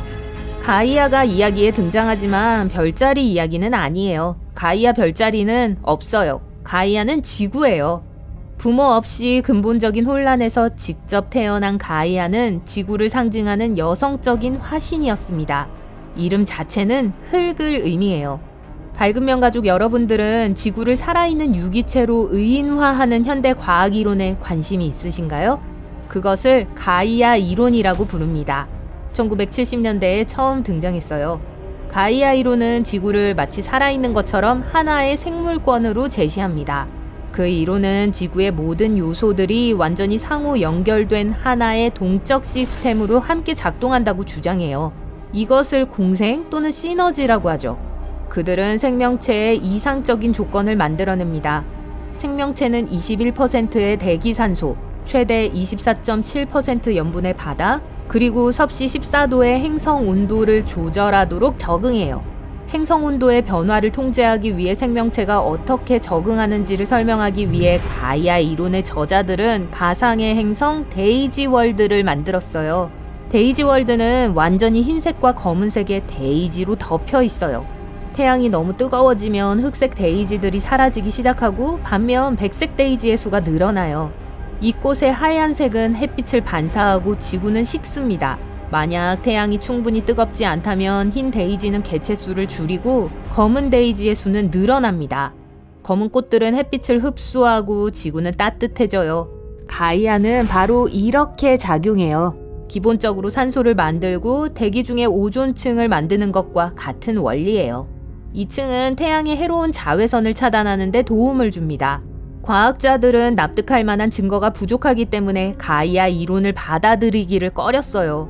하지만 요즘 우리는 스스로 학습하는 AI 슈퍼컴퓨터가 있어요. 컴퓨터는 아마도 지구의 생물학적, 지질학적 시스템을 통합하는 것을 가능하게 만들 수 있어요. 이런 식으로 우리는 지구가 어떻게 자생하는 생물권으로 기능하는지에 대한 명확한 그림을 얻을 수 있을지도 몰라요. 정말 대단하겠죠? 이제 오리온의 이야기로 돌아가서 가이아가 오리온의 자만심이 지구에 일으킨 문제를 어떻게 처리했는지 알아볼게요. 가이아는 오리온을 제압하기 위해 사자나 오로크보다 더 사나운 동물을 보낼 수는 없었어요. 그래서 작은 동물을 선택했죠. 가이아는 그 임무를 위해 독이 든 전갈을 선택했고 그것은 성공적이었어요. 여름에 전갈자리는 오리온의 발과 거의 같은 위도로 다가갑니다. 전갈은 거미와 진드기와 같은 거미과에 속하는 작은 동물이에요. 하지만 하늘에서 전갈자리는 88개의 별자리 중 33번째로 큰 별자리입니다. 일반적인 규칙이 있었는데 별자리가 클수록 초기 별 관측자들에 의해 더 오래전에 만들어졌다는 거예요. 그들은 선착순으로 별을 선택했어요. 그래서 큰 별자리를 먼저 만들고 작은 별자리를 나중에 만들었습니다. 만약 여러분이 뷔페 저녁 식사 때 제일 앞에 줄을 서 있다면 많은 양을 접시에 담고 나머지 사람들은 남은 음식을 먹게 되겠죠? 초콜릿 케이크를 생각해 보세요. 작은 조각 하나만 가져가야지 라고 생각하는 사람은 없을 거예요. 오리온의 이 이야기에는 사자자리, 황소자리, 오리온자리, 정갈자리와 같은 눈에 띄게 큰 별자리가 있는데 이것은 위대한 이야기의 시대를 확인시켜줍니다. 세 개의 작은 별자리, 토끼자리, 오리온의 두 사냥개인 큰 개자리와 작은 개자리가 오리온 별자리의 이야기를 완성하고 흥미로운 하위 구도를 추가해요. 우리는 여기서 두 개의 다른 세계관 또는 우주론의 이야기를 엿볼 수 있어요. 가이아의 세계관과 오리온의 세계관이죠. 하나는 여성스럽고 다른 하나는 고전적인 남성상입니다. 하나는 자연계를 지배하기 위해 헌신하고 있는데 이건 오리온의 전형이죠. 다른 하나는 모든 상황에서 지구의 생존을 위해 헌신하고 있어요. 바로 가이아예요. 그 둘은 반대인 것처럼 보일 수도 있지만 아마도 상호 보충하는 의미를 지니고 있을 거예요. 보세요. 오리온과 정갈은 하늘의 반대편에 있어요. 하나는 겨울에, 다른 하나는 여름에요. 둘은 우리 지구라는 하나의 자석의 남극과 북극처럼 행동해요. 이것이 요즘 우리가 보고 있는 현상이에요. 과학과 기술은 자연 환경에 점점 더 민감해지고 있어요. 수많은 인공위성이 지구의 생물권을 감시하고 있습니다. 가이아와 오리온은 고대 그리스인들이 칼로카가티아, 즉 조화라고 불렀던 것을 위해 함께 일하기 시작하고 있어요. 그것이 오늘날 우리가 시너지와 공생이라고 부르는 거죠. 그 시너지가 계속 강해지도록 해요. 태양열이 우리 발 아래에 있어요. 과학자들은 지구의 핵이 사실 태양의 표면만큼 뜨겁다는 걸 알아냈어요. 약 5982도예요. 아래가 엄청나게 뜨거운 이유 중 하나는 지구가 수십억 년 전에 생성되었을 때부터 지금까지 열을 계속 방출하고 있기 때문이에요. 또 한 이론에 따르면 화성만큼 큰 물체가 젊은 지구에 충돌했을 때 달을 만들었을 뿐만 아니라 행성의 표면도 녹였어요. 아마도 그 많은 여분의 열이 여전히 중심핵 안에 저장되어 있을 거예요. 하지만 걱정할 필요는 없어요. 그 행성의 핵은 우리가 명왕성의 표면을 탐사하는 것보다 접근하기 더 어려워요. 사실 물리적으로 핵에 도달할 수 있는 기술을 절대로 개발하지 못할 가능성이 있어요. 달에는 공기가 없어요. 그런데 어떻게 녹이 슬 수 있죠? 과학자들은 달에서 적철석의 존재를 발견했어요. 그리고 이건 일종의 녹이에요. 나사의 특별한 연구기구가 달 표면에서 반사된 빛을 조사했어요. 위성 극의 부분은 나머지 부분과 아주 다르다는 게 밝혀졌어요. 달의 표면엔 철분이 풍부한 암석이 산재해 있었어요. 하지만 산소와 액체 물 없이 녹은 생길 수 없어요. 태양풍은 미스테리를 더해줘요. 수소로 달을 폭격하죠. 그리고 수소는 적철석이 형성되는 걸 훨씬 더 어렵게 만들어요. 비록 달에는 대기가 없지만 여전히 약간의 산소를 갖고 있어요. 이것의 근원은 우리 행성의 상층 대기예요. 지구도 항상은 아니지만 거의 100%의 태양풍으로부터 달을 보호해줘요. 그리고 우리의 자연 위성이 바짝 말라 있을지라도 저 먼 그늘진 분화구에 물 얼음이 있을 수 있어요. 천왕성의 하루는 17시간 14분 24초 동안 지속돼요. 하지만 보세요. 이 행성은 약 98도로 기울어져 있고 이로 인해 거대 가스 행성에서의 한 계절은 21년 동안 지속되죠. 화성에는 포보스와 데이모스라는 두 개의 위성이 있어요. 앞으로 3천만 년에서 5천만 년 안에 화성의 중력이 포보스를 찢어버리고 그건 아마 행성 주위에 고리가 형성되는 결과를 낳을 거예요. 지구는 태양계에서 가장 밀도가 높아요. 지구의 중심에는 행성 부피의 15%를 차지하는 핵이 있어요. 이건 바깥쪽과 안쪽 두 부분으로 구성되어 있죠. 내부 핵은 철과 니켈로 만들어진 단단한 공이에요. 그 반경은 1223km로 지구 전체 반경의 20%, 달 반경의 80%를 차지하죠. 2414km 두께의 외부 핵은 액체예요. 또 철과 니켈로 구성되어 있지만 고체가 되기에 충분한 압력을 받고 있지 않아요. 화성은 태양계에서 가장 큰 화산을 품고 있어요. 지금은 화성의 모든 게 평온해 보이지만 과거에는 어떤 종류의 힘이 거대한 화산을 형성하고 폭발하게 했어요. 이 화산들 중 하나가 올림푸스 몬스예요. 높이가 25km로 이것은 에베레스트산 3개의 높이이며 폭이 601km인데 애리조나만한 크기예요. 이 화산은 화성의 약한 중력과 지각판의 움직임의 부족으로 인해 그렇게 거대한 크기로 성장했어요. 중력은 모든 곳에서 다 달라요. 그 행성을 구성하는 암석, 금속, 그리고 다른 광물과 물질들이 다른 곳보다 특정 장소에 더 빽빽하게 들어차 있어요. 이건 놀라운 결과를 낳죠. 중력은 여러분이 어디에 있느냐에 따라 조금씩 달라요. 여러분은 극지방에 서 있는 것보다 적도에 서 있을 때 몸무게가 0.5% 덜 나가요. 대부분의 경우 이는 0.4kg 미만의 차이예요. 여러분이 얼마나 높이 있는지도 영향을 미쳐요. 그래서 여러분이 에베레스트산 정상에 있다면 약간 덜 나갈 거예요. 아래는 내려다보지 마세요. 지구에서 가장 단단한 생명체는 너무 작아서 볼 수가 없어요. 이끼 새끼돼지라고도 알려진 물곰은 8개의 다리와 길이가 1mm도 안 되는 뭉개진 머리를 가진 귀엽고 작은 동물이에요. 미시적인 키에도 불구하고 기본적으로 어디에서나 생존할 수 있어요. 젖은 이끼나 호수 밑바닥을 선호하지만 정말 불편한 곳에 두어도 불평하지 않을 거예요. 극도의 추위와 믿을 수 없는 열을 견딜 수 있고 엄청난 압력과 높은 방사능에서도 살아남을 수 있어요. 어떤 작은 물곰들은 아무런 보호 없이 심지어 우주 공간에서 10일 동안 아무 문제 없이 살아남기도 했어요. 대단하죠? 이들은 공 모양으로 몸을 말아 겨울잠을 자면서 이 모든 걸 견디는데 이게 산소와 음식에 대한 그들의 필요성을 줄여주죠. 달의 중력은 지구 중력의 약 17%예요. 만약 여러분이 우리 지구에서 90kg이었다면 달에서는 겨우 15kg으로 줄어들 거예요. 또 지구에서 운반할 수 있는 것보다 6배나 더 무거운 걸 운반할 수 있을 거예요. 또 달 표면 위를 걷는 게 더 쉬울 거예요. 하지만 더 위험할 수도 있어요. 무거운 우주복 안에 있는 여러분의 발은 15cm 깊이의 달 토양 아래로 가라앉을 거예요. 하지만 여러분이 걷는 지루한 과정을 건너뛰고 공중을 뛰어다니기로 했다고 상상해보세요. 그러면 순식간에 점프를 제어할 수 없게 될 거예요. 게다가 달의 표면에는 깊은 분화구가 흩어져 있어요. 모든 분화구를 피하는 건 어려울 거예요. 여러분은 일식을 볼 수 있는데 이는 달이 태양보다 400배 작지만 지구와 400배 더 가깝기 때문이에요. 그래서 진짜로 태양을 가릴 수 있어요. 하지만 5천만 년 후, 그때쯤이면 전 없겠지만 위성의 궤도가 바뀌기 때문에 달이 태양을 완전히 가릴 수 없을 거예요. 나사의 우주복 한 벌은 믿을 수 없는 152억 원이에요. 네, 그럴 것 같네요. 이 많은 금액의 70%는 컨트롤 모듈과 백팩 비용이에요.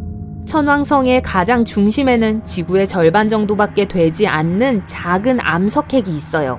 다른 행성들과 비교했을 때 천왕성의 중심 핵은 4928도로 꽤 차가운 편이에요.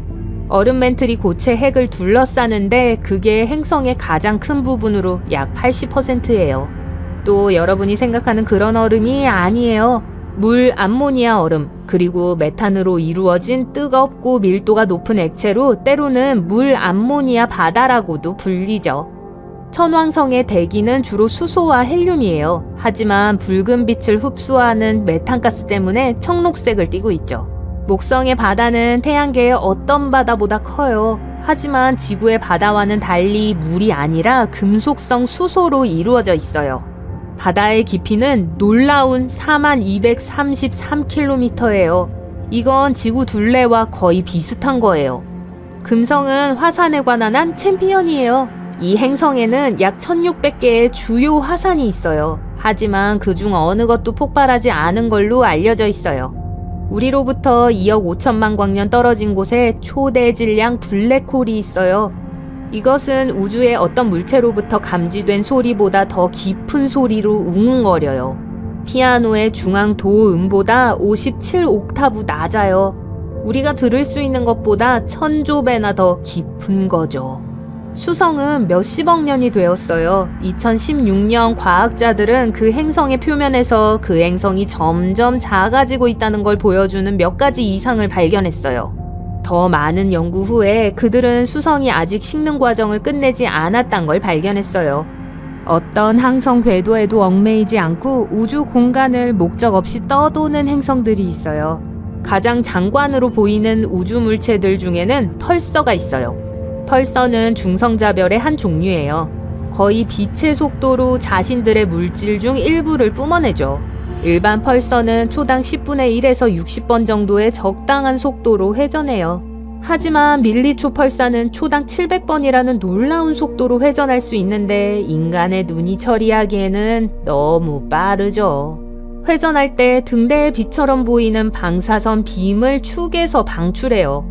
천문학자들은 펄서가 지구를 향하고 있을 때 그게 우리 행성에 빛을 내리쬐는 것 같아 보이기 때문에 펄서를 알아차릴 수 있다고 해요.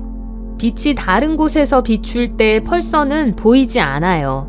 우리 태양은 엄청나게 거대해요. 증거가 필요하신가요? 태양계에 있는 모든 질량의 99.86%는 태양의 질량이에요. 특히 수소와 헬륨으로 이루어져 있죠. 나머지 0.14%는 대부분 태양계의 8개 행성의 질량이에요. 토성의 고리는 크기에 비해 매우 얇아요. 만약 여러분이 91cm 너비의 모형 행성을 갖고 있다면 고리는 면도날보다 1000배 더 얇을 거예요. 금성은 우리 태양계에서 가장 뜨거운 행성이지만 눈이 있어요. 하지만 여러분이 예상한 그런 건 아니에요. 금속 눈이 내리고 산성비가 내려요. 좋은 휴양지는 아니죠. 금성은 아마도 한때 9m에서 305m 깊이의 바다로 덮여 있었을 거예요. 또한 약간의 물이 금성의 토양에 갇혀 있었습니다.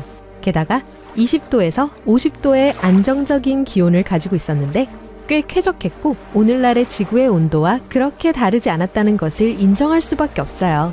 그래서 제가 말하고자 하는 것은 30억 년 동안 7억 년 전에 돌이킬 수 없는 어떤 일이 일어나기 전까지 금성은 사람이 살 수 있는 곳이었다는 겁니다. 지금은 아니지만요. 달은 우리 하늘에서 두 번째로 밝은 물체입니다. 동시에 다른 천체들과 비교할 때 달은 가장 어둡고 반사율이 낮은 천체 중 하나예요. 우리의 자연 위성은 지구와 매우 가깝기 때문에 밝게 보입니다. 비교를 하자면 우주에서 지구를 볼 때 지구는 훨씬 더 밝게 보여요. 구름, 얼음, 눈이 대부분의 암석보다 훨씬 더 밝은 빛을 반사하기 때문이죠. 해왕성의 달인 트리톤은 모든 표면이 몇 개의 얼음층으로 덮여 있습니다. 만약 이 위성이 우리의 현재 달을 대체한다면 밤하늘은 7배 더 밝아질 거예요. 중성자별은 우주에서 가장 작지만 가장 무거운 물체 중 하나예요. 보통 지름이 약 19km지만 태양보다 몇 배 더 무겁습니다. 또한 초당 약 600번 회전해요. 평균 피겨스케이트 선수보다 훨씬 빠른 속도죠. 토성은 태양계에서 가장 밀도가 낮은 행성입니다. 평균 지구 밀도의 8분의 1이에요. 그렇지만 큰 부피 때문에 토성은 지구보다 95배 더 무거워요. 과도 달 현상은 달에서 발생하는 가장 수수께끼 같은 현상 중 하나입니다. 그것은 달에서 발생하는 짧은 빛, 색상 또는 표면의 다양한 변화예요.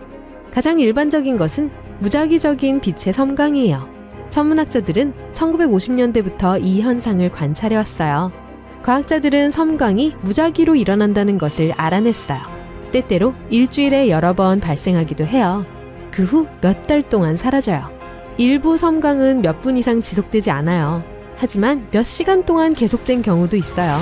1969년 아폴로 11호가 달에 착륙하기 하루 전이었습니다. 아폴로 미션 참가자 중 한 명이 달 표면의 한 부분이 주변 풍경보다 더 밝다는 것을 알아챘어요. 그 지역에 마치 형광물질이 있는 것처럼 보였어요. 안타깝게도 이 현상이 신비한 달 섬광과 관련이 있는지는 아직 확실하지 않습니다. 쓰레기는 지구의 바다, 도시, 숲에서만 문제가 되는 게 아니에요. 우주 쓰레기라고 불리는 것이 있는데 우주에 버려진 인간이 만든 물체로 현재 아무 쓸모가 없는 물체들이에요. 유성체나 다른 우주 물체에서 나오는 자연적인 쓰레기도 있어요. 현재 우주선이나 위성과 충돌할 경우 상당한 피해를 입힐 정도의 빠른 속도로 지구 궤도를 돌고 있는 우주 쓰레기는 50만 개가 넘습니다. 나사는 지구 밖으로의 임무가 안전하게 목적지에 도착할 수 있도록 모든 물체를 추적하기 위해 최선을 다해요. 우리 태양은 엄청나게 거대해요. 증거가 필요한가요? 태양계 모든 질량의 99.86%는 태양의 질량이에요. 특히 태양을 이루고 있는 수소와 헬륨이죠. 나머지 0.14%는 대부분 태양계 8개 행성의 질량입니다. 태양의 대기는 태양의 표면보다 더 뜨겁습니다. 표면 온도는 5538도에 달해요. 하지만 상층 대기는 수백만 도까지 가열됩니다. 만약 누군가가 지구 중심을 통과하여 반대편으로 나오는 터널을 뚫을 수 있고 여러분이 그 터널에 뛰어들 만큼 충분히 용기가 있다면 지구 반대쪽으로 나오는데 42분이 걸릴 거예요. 떨어질 때 속도가 빨라지고 지구 핵에 도달할 때 최대 속도에 도달해요. 중심을 지난 후에는 점점 더 천천히 위로 떨어지게 되죠. 반대쪽 표면에 도달했을 때 속도는 0으로 돌아올 거예요. 만약 여러분이 그 구멍에서 기어나오지 못하면 즉시 다시 떨어지기 시작할 테고 지구의 반대편으로 향할 거예요. 이 여행은 중력의 이상한 효과 덕분에 영원히 계속될 수 있어요. 오후를 즐겁게 보내는 방법이 될 것 같네요. 달 분화구에 천문학자들이 생각했던 것보다 더 많은 금속이 있을 수 있어요. 예를 들면 티타늄이나 철과 같은 금속이요. 이 발견의 가장 큰 문제점은 달이 어떻게 형성되었는지에 대한 주요 이론과 모순된다는 사실이에요. 그 이론에 따르면 지구의 자연 위성이 거대한 우주 물체와 충돌한 후 지구에서 분리되었다고 합니다. 하지만 그렇다면 왜 금속이 부족한 지구의 지각은 달의 지각보다 훨씬 적은 산화철을 가지고 있을까요? 그것은 달이 지구 내부에 훨씬 더 깊은 곳에 놓여 있는 물질로부터 형성되었다는 것을 의미할지도 몰라요. 아니면 녹은 달 표면이 서서히 식어갈 때 이 금속이 나타났을 수도 있습니다. 아니면 수세기 동안 사람들이 믿어왔던 것처럼 달은 녹색 치즈로 만들어졌는지도 몰라요. 지구는 파란색과 녹색으로 변하기 전에 보라색이었을 수도 있어요. 한 과학자는 엽록소, 즉 식물을 녹색으로 만드는 물질 이전에 고대 미생물에 존재했던 물질이 지구에서 진화했다는 이론을 가지고 있어요. 이 물질은 햇빛을 붉은색과 보라색으로 반사시켜 자주색으로 섞였어요. 만약 이게 사실이라면 초기 지구는 모든 녹색 물질이 나타나기 전에 이상한 자주색 생물들로 가득 차 있었을지도 모릅니다. 태양계에서 가장 높은 산은 화성의 올림푸스 산이에요. 지구에서 가장 높은 해발 고도인 에베레스트 산보다 3배나 높아요. 만약 여러분이 올림푸스 몬스의 꼭대기에 서 있다면 산에 서 있다는 것을 알지 못할 거예요. 산의 경사가 화성의 곡률에 의해 가려질 거예요. 천문학자들은 우주에서 지금까지 발견된 것 중 가장 큰 거대한 물 저장고를 발견했습니다. 안타깝게도 지구에서 가장 멀리 떨어진 곳인데 120억 광년 떨어져 있어요. 수증기 구름은 지구의 모든 바다를 합친 것보다 140조 배나 많은 물을 보유하고 있습니다. 정말 많은 양이죠? 금성은 서두르지 않고 천천히 회전해요. 완전 자전에는 지구 시간으로 243일이 걸립니다. 금성이 태양을 한 바퀴 도는 데는 225일도 걸리지 않아요. 이것은 금성에서의 하루가 1년보다 더 길다는 것을 의미하죠. 달 내부에서는 지진 활동이 거의 일어나지 않아요. 하지만 우리 지구의 중력에 의해 야기된 작은 월진이 때때로 달 표면 수 킬로미터 아래에서 일어납니다. 그 후 작은 균열이 달 표면에 나타나고 가스가 그것을 통해 빠져나가요. 가끔 저한테서도 그렇게 빠져나가죠.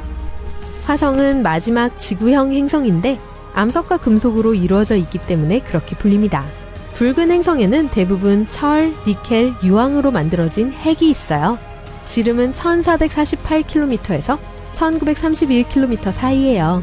핵이 움직이지 않기 때문에 화성의 행성 전체 자기장이 없는 거예요. 화성의 약한 자기장은 지구의 100분의 1%에 불과해요. 태양계의 행성들이 막 형성되기 시작했을 때 지구는 달이 없었어요. 우리의 자연위성이 나타나기까지는 1억 년이 걸렸어요. 달이 어떻게 존재하게 되었는지에 대한 몇 가지 이론이 있지만 지배적인 이론은 핵분열 이론입니다. 핵분열 이론은 달이 물체가 지구와 충돌하여 입자들이 날아다닐 때 형성되었다고 주장해요. 중력이 입자들을 끌어당겼고 달이 만들어졌죠. 결국 달이 공전하는 경로인 지구의 황도면에 정착했어요. 녹색 치즈 이론을 믿는 사람은 이제 없을 거예요. 지구상에서 가장 큰 단일 생물은 오리건주에 사는 버섯으로 밝혀졌어요. 이 거대한 졸참나무 버섯은 마러 국립숲에 살고 9.5 평방킬로미터의 면적을 차지해요. 최대 8,500년 정도 되었을 수도 있어요. 하지만 대부분 지하에 숨겨져 있기 때문에 못 보고 지나칠 수 있습니다. 각각의 졸참나무 버섯 뿌리가 만나면 하나로 합쳐져서 하나의 균이 될 수 있다는 사실이 어떻게 이 버섯이 그렇게 커졌는지 설명해 줍니다. 만약 그 버섯 물질을 하나의 큰 공으로 모을 수 있다면 무게가 35,000톤이 나갈 거예요. 그건 약 200마리의 귀신골의 무게예요. 정말 대단한 버섯이죠? 태양계에서 가장 큰 소행성은 베스타라고 불리며 너무 커서 때때로 외행성이라고도 불립니다. 태양에서 가장 가까운 별까지의 여행은 상업용 비행기로 500만 년이 걸릴 거예요. 진정한 장거리 비행이에요. 우주는 검은색일 수가 없어요. 별이 사방에 있잖아요. 그 별들이 주변을 모두 밝히지 않을까요? 사방에서 별을 볼 수는 없어요. 왜냐하면 그중 일부는 빛이 지구에 도달할 만큼 충분히 오랫동안 존재하지 않았기 때문이에요. 천왕성의 하루는 17시간 14분 24초 동안 지속됩니다. 하지만 이걸 들어보세요. 천왕성은 약 98도 기울어져 있기 때문에 이 가스 거성에서의 한 계절은 21년 동안 지속돼요. 어떤 과학자들은 한때 지구에 달이 또 하나 있었다고 믿습니다. 그들의 연구에 따르면 폭이 약 1207km 되는 더 작은 천체가 두 번째 달처럼 지구 주위를 돌고 있었다고 해요. 나중에 우리의 달과 충돌했을 가능성이 큽니다. 이러한 충돌은 달의 두 면이 서로 매우 다르게 보이는 이유를 설명해줘요. 하나는 분화구가 많고 거칠어요. 어쩌면 정말 녹색 치즈인지도 몰라요. 우주는 정적이 아닙니다. 항상 진화하고 모든 방향으로 성장합니다. 우주는 확장하고 있고 과학자들은 거의 한 세기 전에 이 사실을 알아냈어요. 일정한 속도로 확장하는 게 아니에요. 시간이 지날수록 우주는 더 빨리 팽창해요. 그러면 별, 행성, 그리고 은하들 간의 거리는 점점 더 멀어지고 그 사이에 더 많은 공간을 남깁니다. 만약 그렇다면 우주는 팽창하면서 더 차가워지겠죠? 빅뱅이 일어났을 때는 우주의 밀도가 훨씬 더 높았어요. 그리고 훨씬 더 뜨거웠죠. 우주가 팽창하면서 우주가 식어가고 있었고 이것은 행성, 별, 그리고 다른 우주 물체들이 형성될 수 있는 조건을 만들었습니다. 하지만 지금은 그렇지 않아요. 과학자들 또한 이 사실을 알고 놀랐어요. 우리 우주는 실제로 점점 더 뜨거워지고 있습니다. 과학자들은 지구에서 더 멀리 떨어진 우주 가스의 온도를 측정해서 지구에 더 가까운 젊은 가스와 비교했어요. 우주에서는 거리를 광년으로 측정하기 때문에 더 먼 지역은 과거로 돌아가는 것과 같고 우리와 가까운 지역은 현재를 관찰하는 것과 같습니다. 과학자들은 우주 가스의 온도가 지난 100억 년 동안 10배 이상 상승했다는 걸 발견했어요. 현재 우주 전체에 퍼져 있는 우주 가스의 온도는 약 200만 도에 이를 수 있습니다. 우와. 우주가 팽창함에 따라 중력이 작용하여 가스와 암흑 물질을 함께 끌어당깁니다. 중력은 열심히 일하고 있어요. 이것은 은하와 은하단을 형성합니다. 이 과정은 혼란 그 자체예요. 매우 혼란스럽고 이 과정에서 점점 더 많은 가스가 가열됩니다. 우주는 137억 년 전에 형성되었을 때 매우 뜨거웠어요. 또 그렇게 뜨거워지면 어떡하죠? 과학자들은 상황을 관찰하고 있습니다. 적색편이라는 걸 사용하여 우주 가스를 측정함으로써 우주의 온도가 증가한다는 걸 발견했어요. 일반적으로 어떤 우주 물체들이 얼마나 멀리 떨어져 있는지 알고 싶을 때 이 방법을 사용합니다. 우리와 더 가까운 물체들은 더 짧은 빛 파장을 가지고 있어요. 물체가 멀리 있을수록 빛의 파장은 더 길어집니다. 이제 그 빛으로부터 특정 물체의 온도를 결정할 수 있어요. 평균적으로 우주는 상당히 추운 곳입니다. 빅뱅으로부터 남겨진 빛은 CMB라고 불리는데 우주 배경 복사의 줄임말이에요. 매우 강력하고 강렬해서 온 우주를 빛으로 비추고 있어요. 물질을 현저하게 가열하는 유일한 겁니다. 하지만 우주에는 물질을 가열하는 데 도움이 되는 더 작은 많은 메커니즘이 있어요. 우주가 따뜻해지면 이것들이 엉망이 될 수 있습니다. 별처럼요. 별은 근처의 먼지와 가스에 영향을 미치는 방사선을 방출해요. 원적 외선을 통해서도 방사됩니다. 별이 초기 단계에 있을 때 별에서 나오는 방사선은 원반처럼 보이는 원시 행성 구조를 형성해요. 이들은 주로 단일 평면에서 형성됩니다. 그리고 밝은 중심별은 눈부시게 빛나는 가스를 생산해요. 그리고 이 가스에 파란색 반사가 있습니다.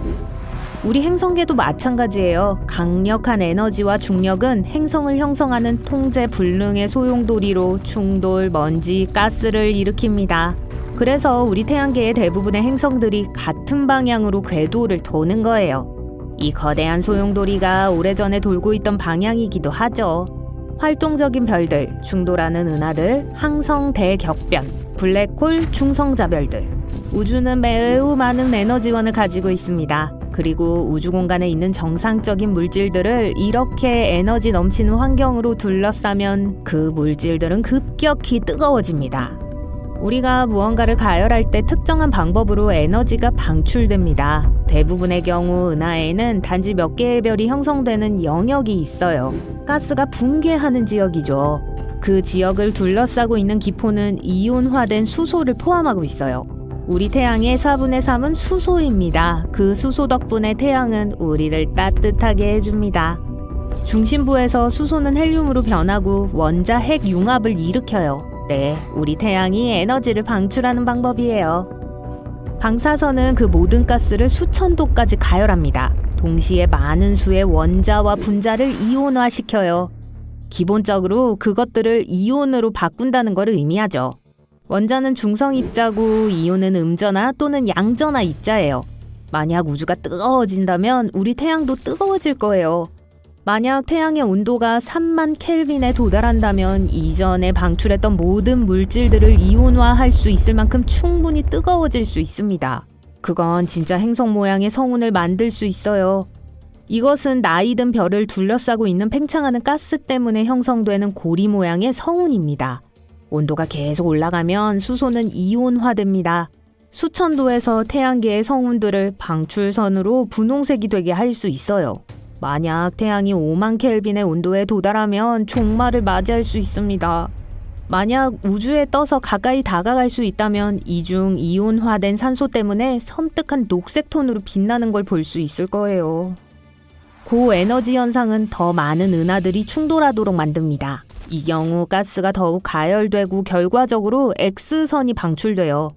블랙홀과 복사 중성자별은 어떨까요? 이것들까지 영향을 받게 되면 전체 은하를 형성할 수 있습니다. 또 무슨 일이 있을지 누가 알겠어요? 메이저가 더 많아질까요? 메이저는 우리 우주가 생산하는 천연 레이저입니다. 많은 수의 분자들이 많은 양의 에너지를 받을 때 발생합니다. 지금까지 과학자들은 가장 강력하면서도 가장 멀리 떨어져 있는 메이저를 발견했고 6,000개의 태양이 만들어내는 빛보다 더 밝습니다. 단지 하나의 방출선에서만요. 우리는 더 강력한 메이저를 발견할 수도 있을 거예요. 그건 우리가 아직 살아있을 경우에 말이죠. 왜냐하면 우주가 점점 뜨거워지면 우주 복사가 점점 더 강해지기 때문이에요. 지구상의 생명체에게는 별로 좋지 않아요. 우주 방사선의 증가는 우리에게 해를 끼칠 수 있습니다. 그런 경우 지구상에서 생명체가 존재할 수 있을지 아니면 강력한 중력이 지구를 끌어당겨 다른 행성과 충돌시킬지 누가 알겠어요. 하지만 어쩌면 우리가 알고 있는 생명체가 완전히 사라지지는 않을지도 모릅니다. 만일 사라지게 된다면 아마도 어떻게든 다시 나타날 거예요. 먼 미래에 말이죠. 우리 우주가 초기 단계의 생명체를 지탱할 수 있는 가능성이 있습니다. 빅뱅이 야기한 혼란을 생각하면 그렇게 보이지 않죠? 하지만 그건 단지 시작에 불과했어요. 상황이 조금 진정된 후 거대한 초기의 별들의 잔해들이 암석 행성을 형성했습니다. 우리 태양계에서는 지구, 화성, 수성, 금성이죠. 나머지 행성들은 가스거성이기 때문에 발을 들여놓을 수 없어요. 그 당시에는 방사선이 매우 강했기 때문에 암석 행성들이 형성하기에 충분한 환경을 갖추고 있었습니다. 왜냐하면 먼지와 입자를 소용돌이치게 하고 결국 행성을 구워내는 데는 많은 에너지가 필요하기 때문이죠. 이 시기는 우리 우주에서 첫 번째 별이 형성되었을 때와 대략 일치합니다. 고대 별들은 우리의 태양보다 훨씬 더 컸어요. 하지만 수명이 더 짧았어요. 초신성 폭발로 인해 폭발했을 거예요. 그리고 주변의 공간에 중금속을 남겼습니다. 이것들은 암석 행성이 형성된 입자입니다. 방사능이 우주 전체에 퍼졌어요. 시간이 지남에 따라 변했습니다. 오늘날 거의 절대 0점입니다. 수소 원자가 형성되던 빅뱅 이후 40만 년 후, CMB는 거의 태양 표면만큼 뜨거웠어요. 그리고 빅뱅이 일어난 지 약 1500만 년 후에 그 온도는 27도 정도인 실온에 가까웠습니다. 이러한 일들이 우주 전역에서 일어나고 있었기 때문에 잠재적으로 생명을 유지할 수 있는 많은 행성들이 있었어요. 만약 태양은 평균 크기의 항성이에요. 그럼에도 130만 개의 지구가 들어갈 수 있어요. 이 항성은 또 우리 행성보다 33만 3천 배 더 무거워요. 나사는 행성의 대기에 의해 생성된 전파를 들을 수 있는 소리로 바꿨어요. 그렇게 해서 천문학자들은 해왕성이 바다의 파도처럼 들리고 목성은 물속에 있는 것처럼 들리고 토성의 소리는 공포영화의 배경음악과 비슷하다는 걸 알아냈어요. 여기 지구는 비밥 재즈 소리예요. 아니요, 이건 제가 지어낸 거예요. 태양의 표면은 타는 듯이 뜨겁지만 번개는 5배 더 뜨거워요. 지구는 매초 100개의 번개를 맞는데 하루에 800만 번, 1년이면 약 30억 개의 번개가 되어 충격적이네요. 만약 언젠가 여러분이 달에 가서 갓 생겨난 듯한 발자국을 보게 된다 해도 그게 다른 누군가와 있다는 의미는 아니에요. 달에는 대기가 없기 때문에 발자국이나 비슷한 흔적들이 100만 년 동안 머무를 수 있어요. 바람도 또 그 발자국을 천천히 지울 수 있는 산들바람도 없죠. 천문학자들은 우리가 우주에서 본 것 중 가장 큰 구멍을 발견했어요. 10억 광년을 가로지르는 거대한 공허예요. 우연히 발견했죠. 연구팀원 중 한 명이 약간 지루해했고 냉점의 방향에 일이 어떻게 진행되고 있는지 확인하고 싶어 했죠. 이건 우주 마이크로파 배경 지도에 나타난 이상현상이고 줄여서 CMB라고 해요. 이것은 다양한 방향으로 우리 행성에 떨어지는 희미한 빛이며 우주를 채워요. 빅뱅 이후에 발생한 잔광으로 거의 140억 년 동안 우주를 비추고 있어요. 그래서 여러분은 블랙홀의 심장부로 떨어져 슬픈 최후를 준비해요. 그럴 필요 없어요. 블랙홀에 빠지는 게 꼭 여러분이나 우주선을 파괴하는 건 아니에요. 살아남기 위해서는 더 큰 블랙홀을 선택해야 해요. 만약 작은 블랙홀에 빠지면 이것의 사건의 지평선은 너무 좁아요. 그리고 중력은 1cm마다 증가하죠. 그래서 팔을 앞으로 뻗으면 손가락의 중력이 팔꿈치보다 훨씬 강할 거예요. 이게 여러분의 손을 길게 만들어 약간의 불편함을 느끼게 될 거예요. 솔직히 말하자면 상당히 말이죠. 만약 여러분이 은하 중심에 있는 것과 같은 초대질량 블랙홀에 빠지면 상황은 바뀌어요. 이것들은 태양보다 수백만 배 더 무거울 수 있어요. 여기 사건의 지평선은 넓고 중력은 그렇게 빨리 변하지 않아요. 그래서 여러분의 발 뒤꿈치와 머리 꼭대기에서 느낄 수 있는 힘은 거의 같을 거고 블랙홀의 중심부까지 갈 수 있어요. 이 근거 없는 이야기는 깨졌어요. 만약 우주에서 매우 감동적인 영화를 보고 울기 시작한다면 눈물은 흘러내리지 않을 거예요. 눈물은 눈알 주변으로 모이게 되어 눈이 너무 건조해져서 타는 것 같은 느낌이 들 거예요. 혀의 표면을 포함해 몸에 노출된 액체는 증발할 거예요. 불에 타는 것에 대해 말하자면 이건 불이 우주에서 할 수 없는 것 중 하나예요.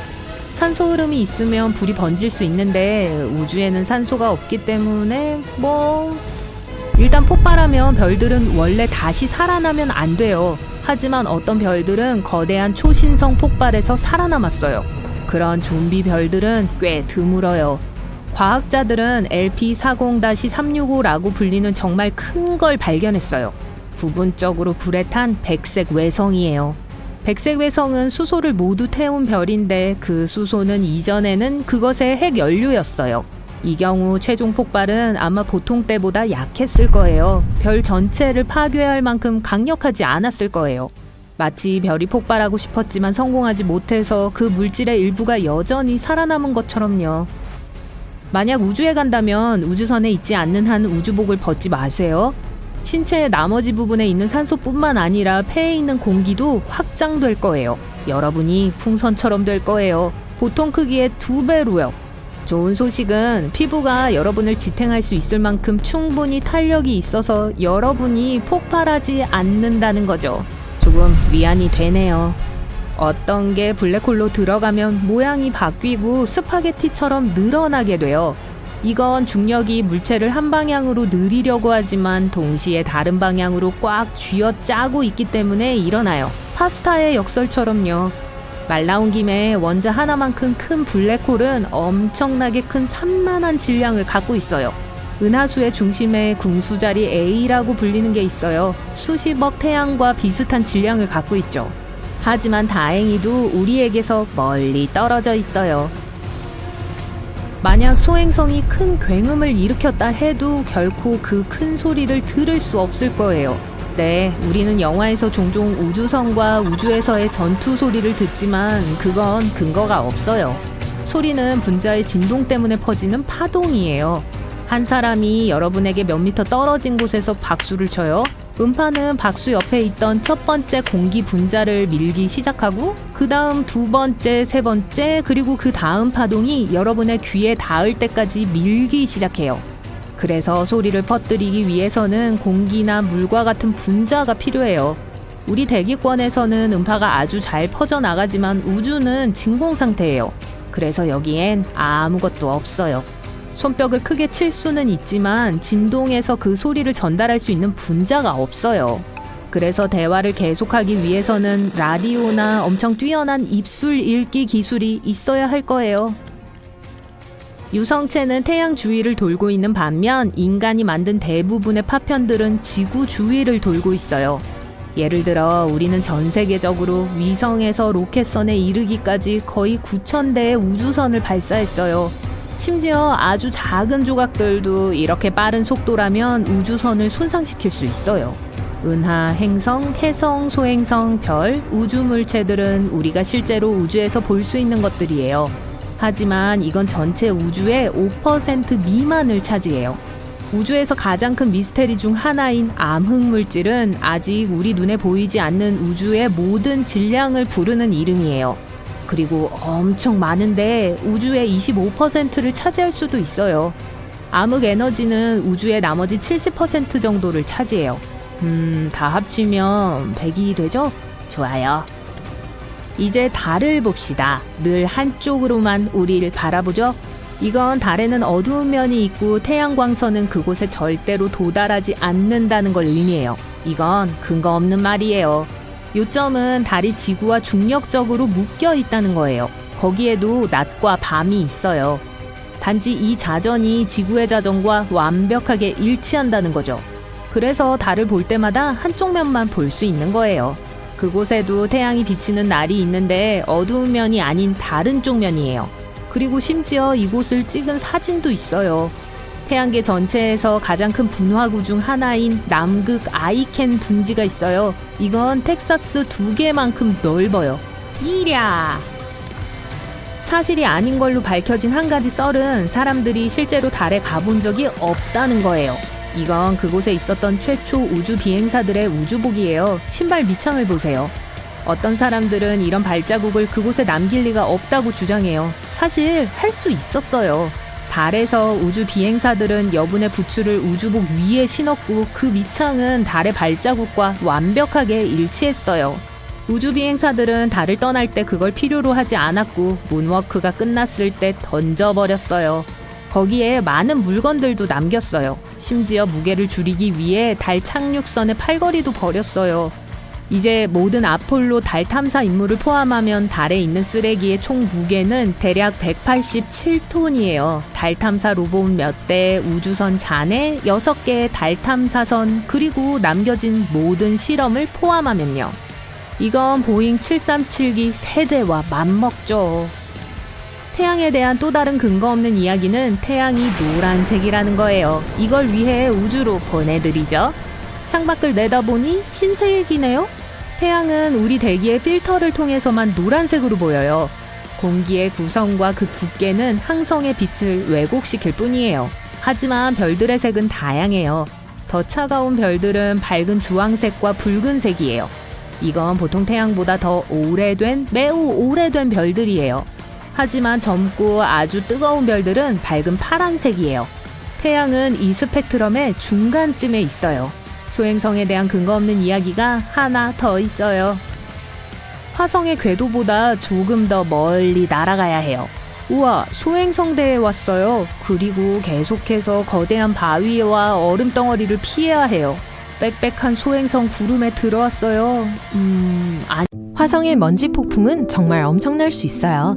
특히 여름 동안 붉은 행성의 남반구를 쏜살같이 지나가요. 이러한 폭풍은 2022년 1월에 일어났던 것처럼 커져서 행성의 넓은 지역을 둘러쌀 수 있어요. 그러다가 모래 폭풍이 미국 면적의 거의 2배가 되는 영역을 뒤덮었어요. 우리가 화성에 보낸 로봇 중 하나를 사라지게 만든 게 이런 걸 수 있을까요? 화성의 대기와 기후는 혹독해요. 대부분 강한 바람이 불고 평균 기온이 섭씨 영하 63도인 사막이죠. 겨울 동안 극지방은 섭씨 영하 140도까지 떨어져요. 착륙선은 이러한 조건을 견딜 수 있도록 특별히 장비를 갖추고 엄청 견고해야 해요. 하지만 연구원들은 비글 2호가 붉은 행성으로의 어려운 여행을 감당할 수 있을 거라고 생각했죠. 2003년 6월 2일 한 연구팀이 우주로 보내려고 했던 개척용 로봇 중 하나를 준비했어요. 이것은 비글 2호라고 불리는 작고 컴팩트한 착륙선이었어요. 이것의 임무는 화성에 착륙하여 세계가 지금 수십 년 동안 적극적으로 탐사 중인 붉은 행성의 생명체를 찾는 것이었어요. 착륙은 12월 25일이었지만 신호가 안 왔어요. 팀은 우주선과 접촉하려고 노력했어요. 하지만 어느 순간 다 할 수 없다는 걸 받아들여야 했어요. 어떤 사람들은 결국 착륙이 너무 어렵고 복잡해서 착륙선이 추락했을 거라고 생각했어요. 하지만 어떠한 기술적 오류는 발견하지 못했죠. 또 다른 사람들은 착륙선이 자기 낙하산에 얽혀 화성의 표면으로 떨어졌을지도 모른다는 이론을 냈죠. 어느 쪽이든 비글 2호는 실종된 걸로 간주되었어요. 나사가 실종된 착륙선의 잔해일 수도 있는 사진을 찍은 2015년까지 말이죠. 그냥 부서진 파편만이 아니었는데 부품들이 사실 손상되지 않은 것처럼 보였어요. 착륙선의 잔해는 착륙 예정 지점으로부터 약 5km 떨어진 곳에서 태양 전지판이 부분적으로 배치된 채 있었어요. 보아하니 비글 2호는 성공적으로 착륙했지만 라디오 안테나가 차단되었던 것 같아요. 그래서 연구원들이 지구에서 통제하거나 통신할 수 없었던 거예요. 하지만 아무도 왜 그런 일이 일어났는지는 정확히 알지 못해요. 화성에 있는 얼굴을 들어본 적이 있나요? 1970년대에 나사의 우주선 중 하나가 얼굴 형태 같아 보이는 화성 표면의 상징적인 이미지를 촬영했어요. 사진 윗부분에서 볼 수 있듯이요. 만약 상상력이 풍부하다면 여러분은 코, 두 눈, 입, 그리고 특이한 머리 모양을 쉽게 볼 수 있을 거예요. 어떤 사람들은 심지어 그게 다른 문명에 의해 붉은 행성에 세워진 기념물이라고 생각했어요. 사람들이 화성에서 발견한 다른 특이한 것들은 어떤가요? 해피페이스 분화구처럼요. 왜 이런 별명을 가지고 있는지 쉽게 알 수 있을 거예요. 또는 다른 모양의 바위도 있어요. 팬케이크, 브라키오사우루스 또는 물고기와 같은 것 말이에요. 또 화성 표면에는 와플 모양의 섬이 있어요. 이것은 용암이 흐르는 지역에서 볼 수 있는 2km 넓이의 모양이에요. 이건 아마 아래에서 용암이 이 지형을 밀어낸 결과일 수 있어요. 또 천문학자들이 푸른 모래 언덕의 이미지를 가지고 있는 것 같아요. 강한 바람이 긴 줄로 조각한 놀랍고 어두운 모래 언덕의 바다예요. 행성의 북쪽 극지방을 둘러싸고 있고 텍사스만큼 큰 지역을 덮고 있어요. 붉은 행성은 보통 갈색 모래 언덕으로 알려져 있기 때문에 이것들은 확실히 놀라웠어요. 하지만 사실 파란 게 아니에요. 한번 보려고 화성에 지금 바로 갈 수 있다면 이 모래 언덕들이 나머지 부분들처럼 갈색과 주황색으로 보이는 걸 볼 수 있을 거예요. 그리고 그 사진은 적외선 촬영 이미지예요. 과학자들은 종종 그 차이를 강조하기 위해 적외선 촬영을 사용해요. 예를 들어 여기서는 깊이의 차이예요. 또 화성에서 가장 큰 계곡은 너무 커서 우리의 그랜드 캐니언을 아침 식사로 먹을 수 있어요. 이것은 마리너 계곡이라고 불리는 4,000km 길이의 매력적인 협곡 시스템이에요. 그리고 그랜드 캐니언의 10배 이상 길어요. 만약 이 화성 협곡을 쭉 펼 수 있다면 미국 전체 해안에서 해안까지 닿을 거예요. 화성에는 활발한 판 구조가 있지 않기 때문에 이 협곡이 어떻게 형성되었는지 아무도 확실히 몰라요. 한 이론에서 화성의 반대편에 위치한 올림푸스 몬스를 포함하고 있는 화산 산맥이 이 행성의 반대편에서 지각을 구부려지게 했다고 해요. 이 강력한 힘은 화성 지각의 균열을 일으켰을 뿐만 아니라 표면 아래에 있는 엄청난 양의 물을 활성화시켰어요. 이 물이 흘러나와 바위를 깎아냈어요. 그 힘은 빙하도 활성화시켰어요. 그리고 아마도 이 거대한 협곡 시스템에 새로운 길을 만들었을지도 몰라요. 가장 강력한 폭발은 30억에서 40억 년 전에 일어났을 수 있는데 화성 표면의 화산은 약 5만 년 전에 폭발했을 수 있어요. 하지만 오늘날 이 행성에는 활화산은 없어요. 행성이 형성되는 동안 내부에 저장된 대부분의 열은 사라졌어요. 그래서 지금 녹은 암석이 표면에 닿기에는 화성의 외부 지각이 너무 두꺼워요. 하지만 오래전 분출이 거대한 화산을 형성했어요. 그리고 이 화산들은 아마도 화성의 표면으로 홍수를 방출한 얼음 퇴적물을 녹이는데 중요한 역할을 했을 거예요. 화성은 지구의 1% 미만의 대부분은 이산화탄소인 가스 용량을 가진 얇은 대기를 갖고 있어요. 하지만 40억 년 전에는 지금보다 훨씬 따뜻하고 습했어요. 그때는 대기도 더 두터웠을 거예요. 그래서 강력한 온실 효과를 내고 햇빛을 가둘 수 있었던 거죠. 또 화성은 강력한 자기장을 갖고 있었어요. 지구와 비슷하게 행성 핵에 있는 녹은 금속의 전류 때문에 형성되었어요. 하지만 우리의 고향 행성과는 달리 화성은 핵이 식은 후에 자기장을 잃었어요. 그리고 그것 없이는 화성은 태양으로부터 오는 하전 입자의 흐름인 태양풍으로부터 어떤 보호도 받지 못했어요. 태양풍은 불과 몇 억 년 만에 화성의 대기 대부분을 앗아갔어요. 대략적으로 말이죠. 이게 강력한 화성의 먼지 폭풍을 훨씬 더 강하게 만들어요. 화성은 매혹적인 역사를 가지고 있어요. 행성의 빙하로 판단하건대 화성은 아마도 지구와 마찬가지로 여러 빙하 시대를 거쳤을 거예요. 한 연구팀이 약 6만 장의 화성 암석의 이미지를 찍었어요. 암석은 크기가 다양했고 무작위로 분포되어 있었어요. 즉, 다른 빙하기 동안 형성되었을지도 모른다는 의미죠. 빙하도 자신들의 이야기를 숨기고 있어요. 안에 어떤 종류의 가스, 바위 또는 심지어 미생물들이 갇혀 있을지 누가 알겠어요? 만약 타임머신을 타고 40억 년 전으로, 물론 화성으로 가서 멈출 수 있다면 여러분은 엄청난 홍수의 광경을 볼 수 있을 거예요. 어쩌면 행성 표면에 어떤 형태의 생명체가 존재할지도요. 붉은 행성의 게일 분화구를 형성했던 강력한 운석 충돌이 그 거대한 홍수를 촉발시킨 것일 수 있어요. 그 충돌 이후 화성의 온도는 엄청나게 뜨거워졌어요. 그게 그 당시 화성 표면에 저장되어 있던 모든 얼음을 녹이는 원인이 되었죠. 홍수가 너무 어마어마해서 행성 표면의 지질 구조가 바뀌었어요. 그것은 퇴적암의 파도와 함께 큰 잔물결을 조각했어요. 물 이야기가 나와서 말인데 수증기가 화성의 대기를 빠져나가는 게 발견되었어요. 또한 연구원들은 화성의 표면에서 물이 흐른 증거를 발견했어요. 흙에 검은 줄무늬가 있어요. 이것들은 여름에 커지고 겨울에 작아지는 것 같아요. 화성에는 말라버린 수많은 계곡과 하도가 있어요. 한때 이곳에서 액체 상태의 물이 흘렀을 가능성이 있어요. 지금은 그 대부분이 만년설 속에 갇혀 있을 수도 있고 심지어 표면 아래에 숨겨져 있을 수도 있어요. 점점 더 많은 것들이 화성에 사람이 살 수 있었다는 걸 암시해요. 화성은 로봇만 살고 있는 우리가 알고 있는 유일한 행성이에요. 5대의 탐사선이 화성의 인구를 구성하고 우주에서는 아무도 당신의 비명을 들을 수 없습니다. 우리는 초신성도 충돌하는 소행성도 그리고 불타는 행성도 우주에서는 소리를 내지 않는다는 걸 알아요. 혹은 아닌가요? 만약 사실 저 밖에서 뭔가를 들을 수 있다면 어떨까요? 자, 봅시다. 자, 좋아요. 중학교 때로 돌아갈게요. 소리는 진동에서 비롯된 역학적 파동이다. 그게 정확히 무슨 뜻이죠? 제일 간단한 예는 기타줄이에요. 하나 잡아당겨 보세요. 진동하기 시작해요. 금속줄 안에 있던 원자들은 주변의 공기 원자들을 밀치고 두드리기 시작해요.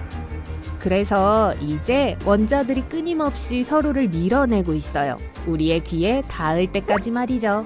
연못에 던져진 조약돌의 물결과 같아요. 그리고 이건 약 시속 1224km의 속도로 아주 빠르게 일어나요. 그리고 나서 우리의 고막이 같은 진동수로 진동하기 시작해요. 그러면 우리의 귀 안에 있는 작은 뼈들이 이 진동을 뇌에 전달해요. 그러면 뇌가 마법을 부리고 패턴을 인식하고 소리로 바꿔요. 좋아요. 이제 소리를 만들기 위해서는 입자가 필요하다는 걸 알았죠? 그리고 이러한 입자들을 기체, 액체, 그리고 고체 물질에서 찾을 수 있어요. 그런데 우주는 어떨까요? 없어요. 거의 완벽한 진공 상태죠. 그리고 여러분은 우주는 진공 상태이기 때문에 아무 소리도 없다는 말을 아마 들은 바 있을 거예요. 하지만 그게 사실 무슨 의미일까요? 진공은 완벽하게 텅 빈 공간이에요. 물질이 전혀 없는 영역이죠. 거기에는 아무것도 없단 뜻이에요.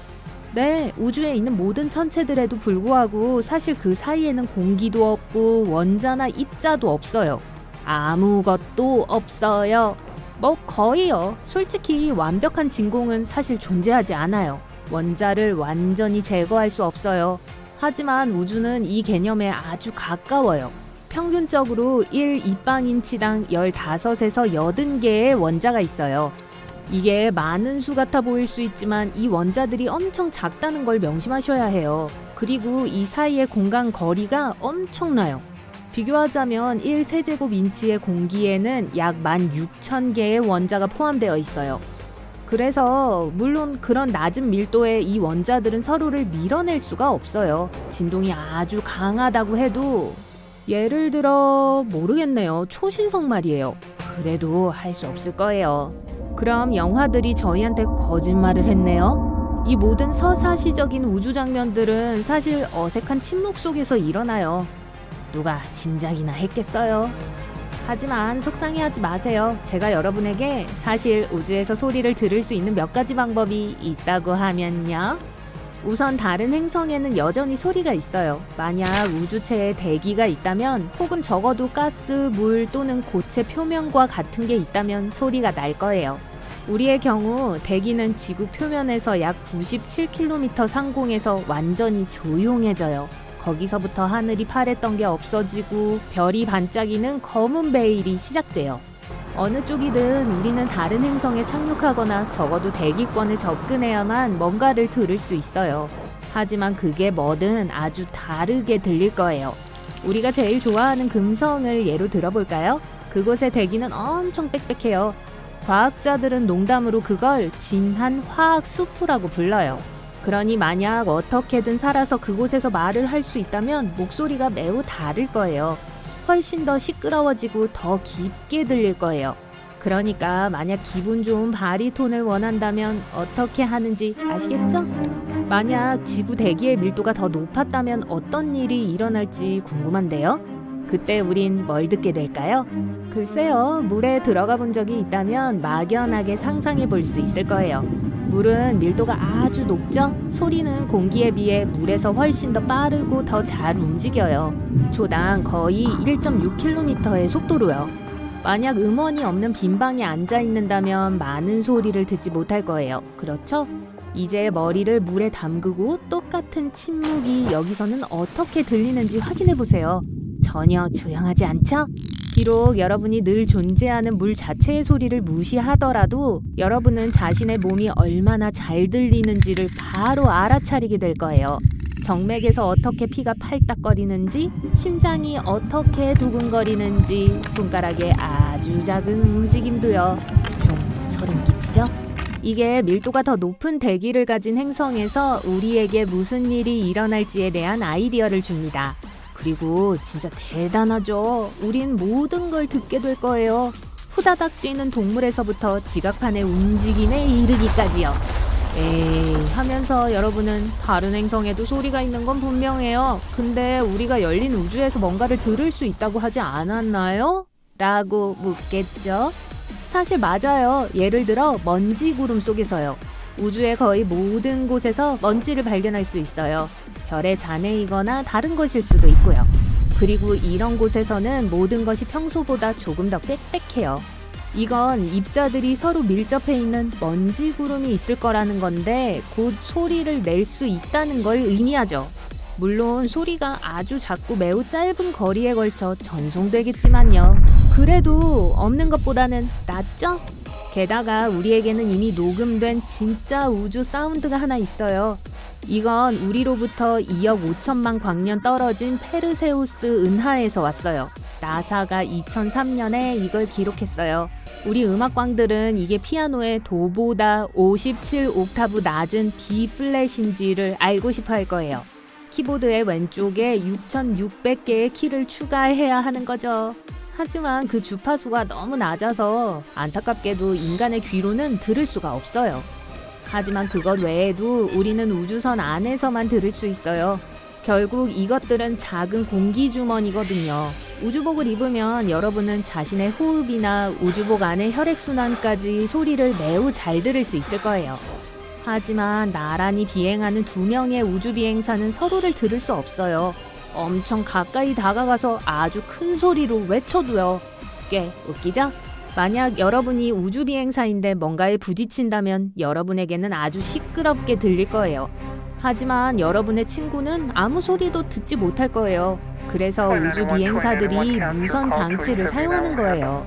이제 순수하게 이론적으로 만약 여러분이 어떻게든 우주복에서 기어 나와 살아남을 수 있다면 여러분은 우주선 안에서 일어나는 수다와 소음을 들을 수 있을 거예요. 어떻게 그럴까요? 보세요. 우주선 안에 공기가 있는데 그게 소리를 전달해요. 그게 금속 벽에 다 통과해요. 그러고 나서 우주선에 기대어 팔꿈치나 무릎으로 배를 만진다면 소리가 귀는 무시하고 뼈를 통해 뇌로 직접 전달돼요. 네, 우리 뼈는 소리를 전도해요. 그렇게 해서 예를 들어 청각장애인들이 음악을 들어요. 이걸 골전도라고 해요. 일부 헤드폰 및 기타 기술에도 사용돼요.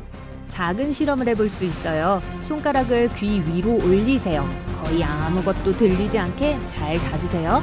그런 다음 음원을 만져보세요. 예를 들어 음악을 재생하는 스피커와 같이 진동하는 무엇이 될 수 있어요. 뼈가 피부에 가까이 있는 신체 부위로 만져보세요. 이제 기적이 일어나는 걸 보세요. 귀를 통해서가 아니라 뇌를 통해 직접 소리를 들을 수 있어요. 하지만 제발 열린 공간에서 이 실험을 반복하지는 마세요. 이제 여러분은 아마 우주의 소리라고 하는 걸 들어봤을 거예요. 이건 예를 들어 태양이나 다른 행성에서 나는 소리예요. 이런 건 어떻게 녹음해요? 쉬워요. 이건 우주에서 소리를 들을 수 있는 또 다른 방법인 전자파예요. 다시 말해서 라디오입니다.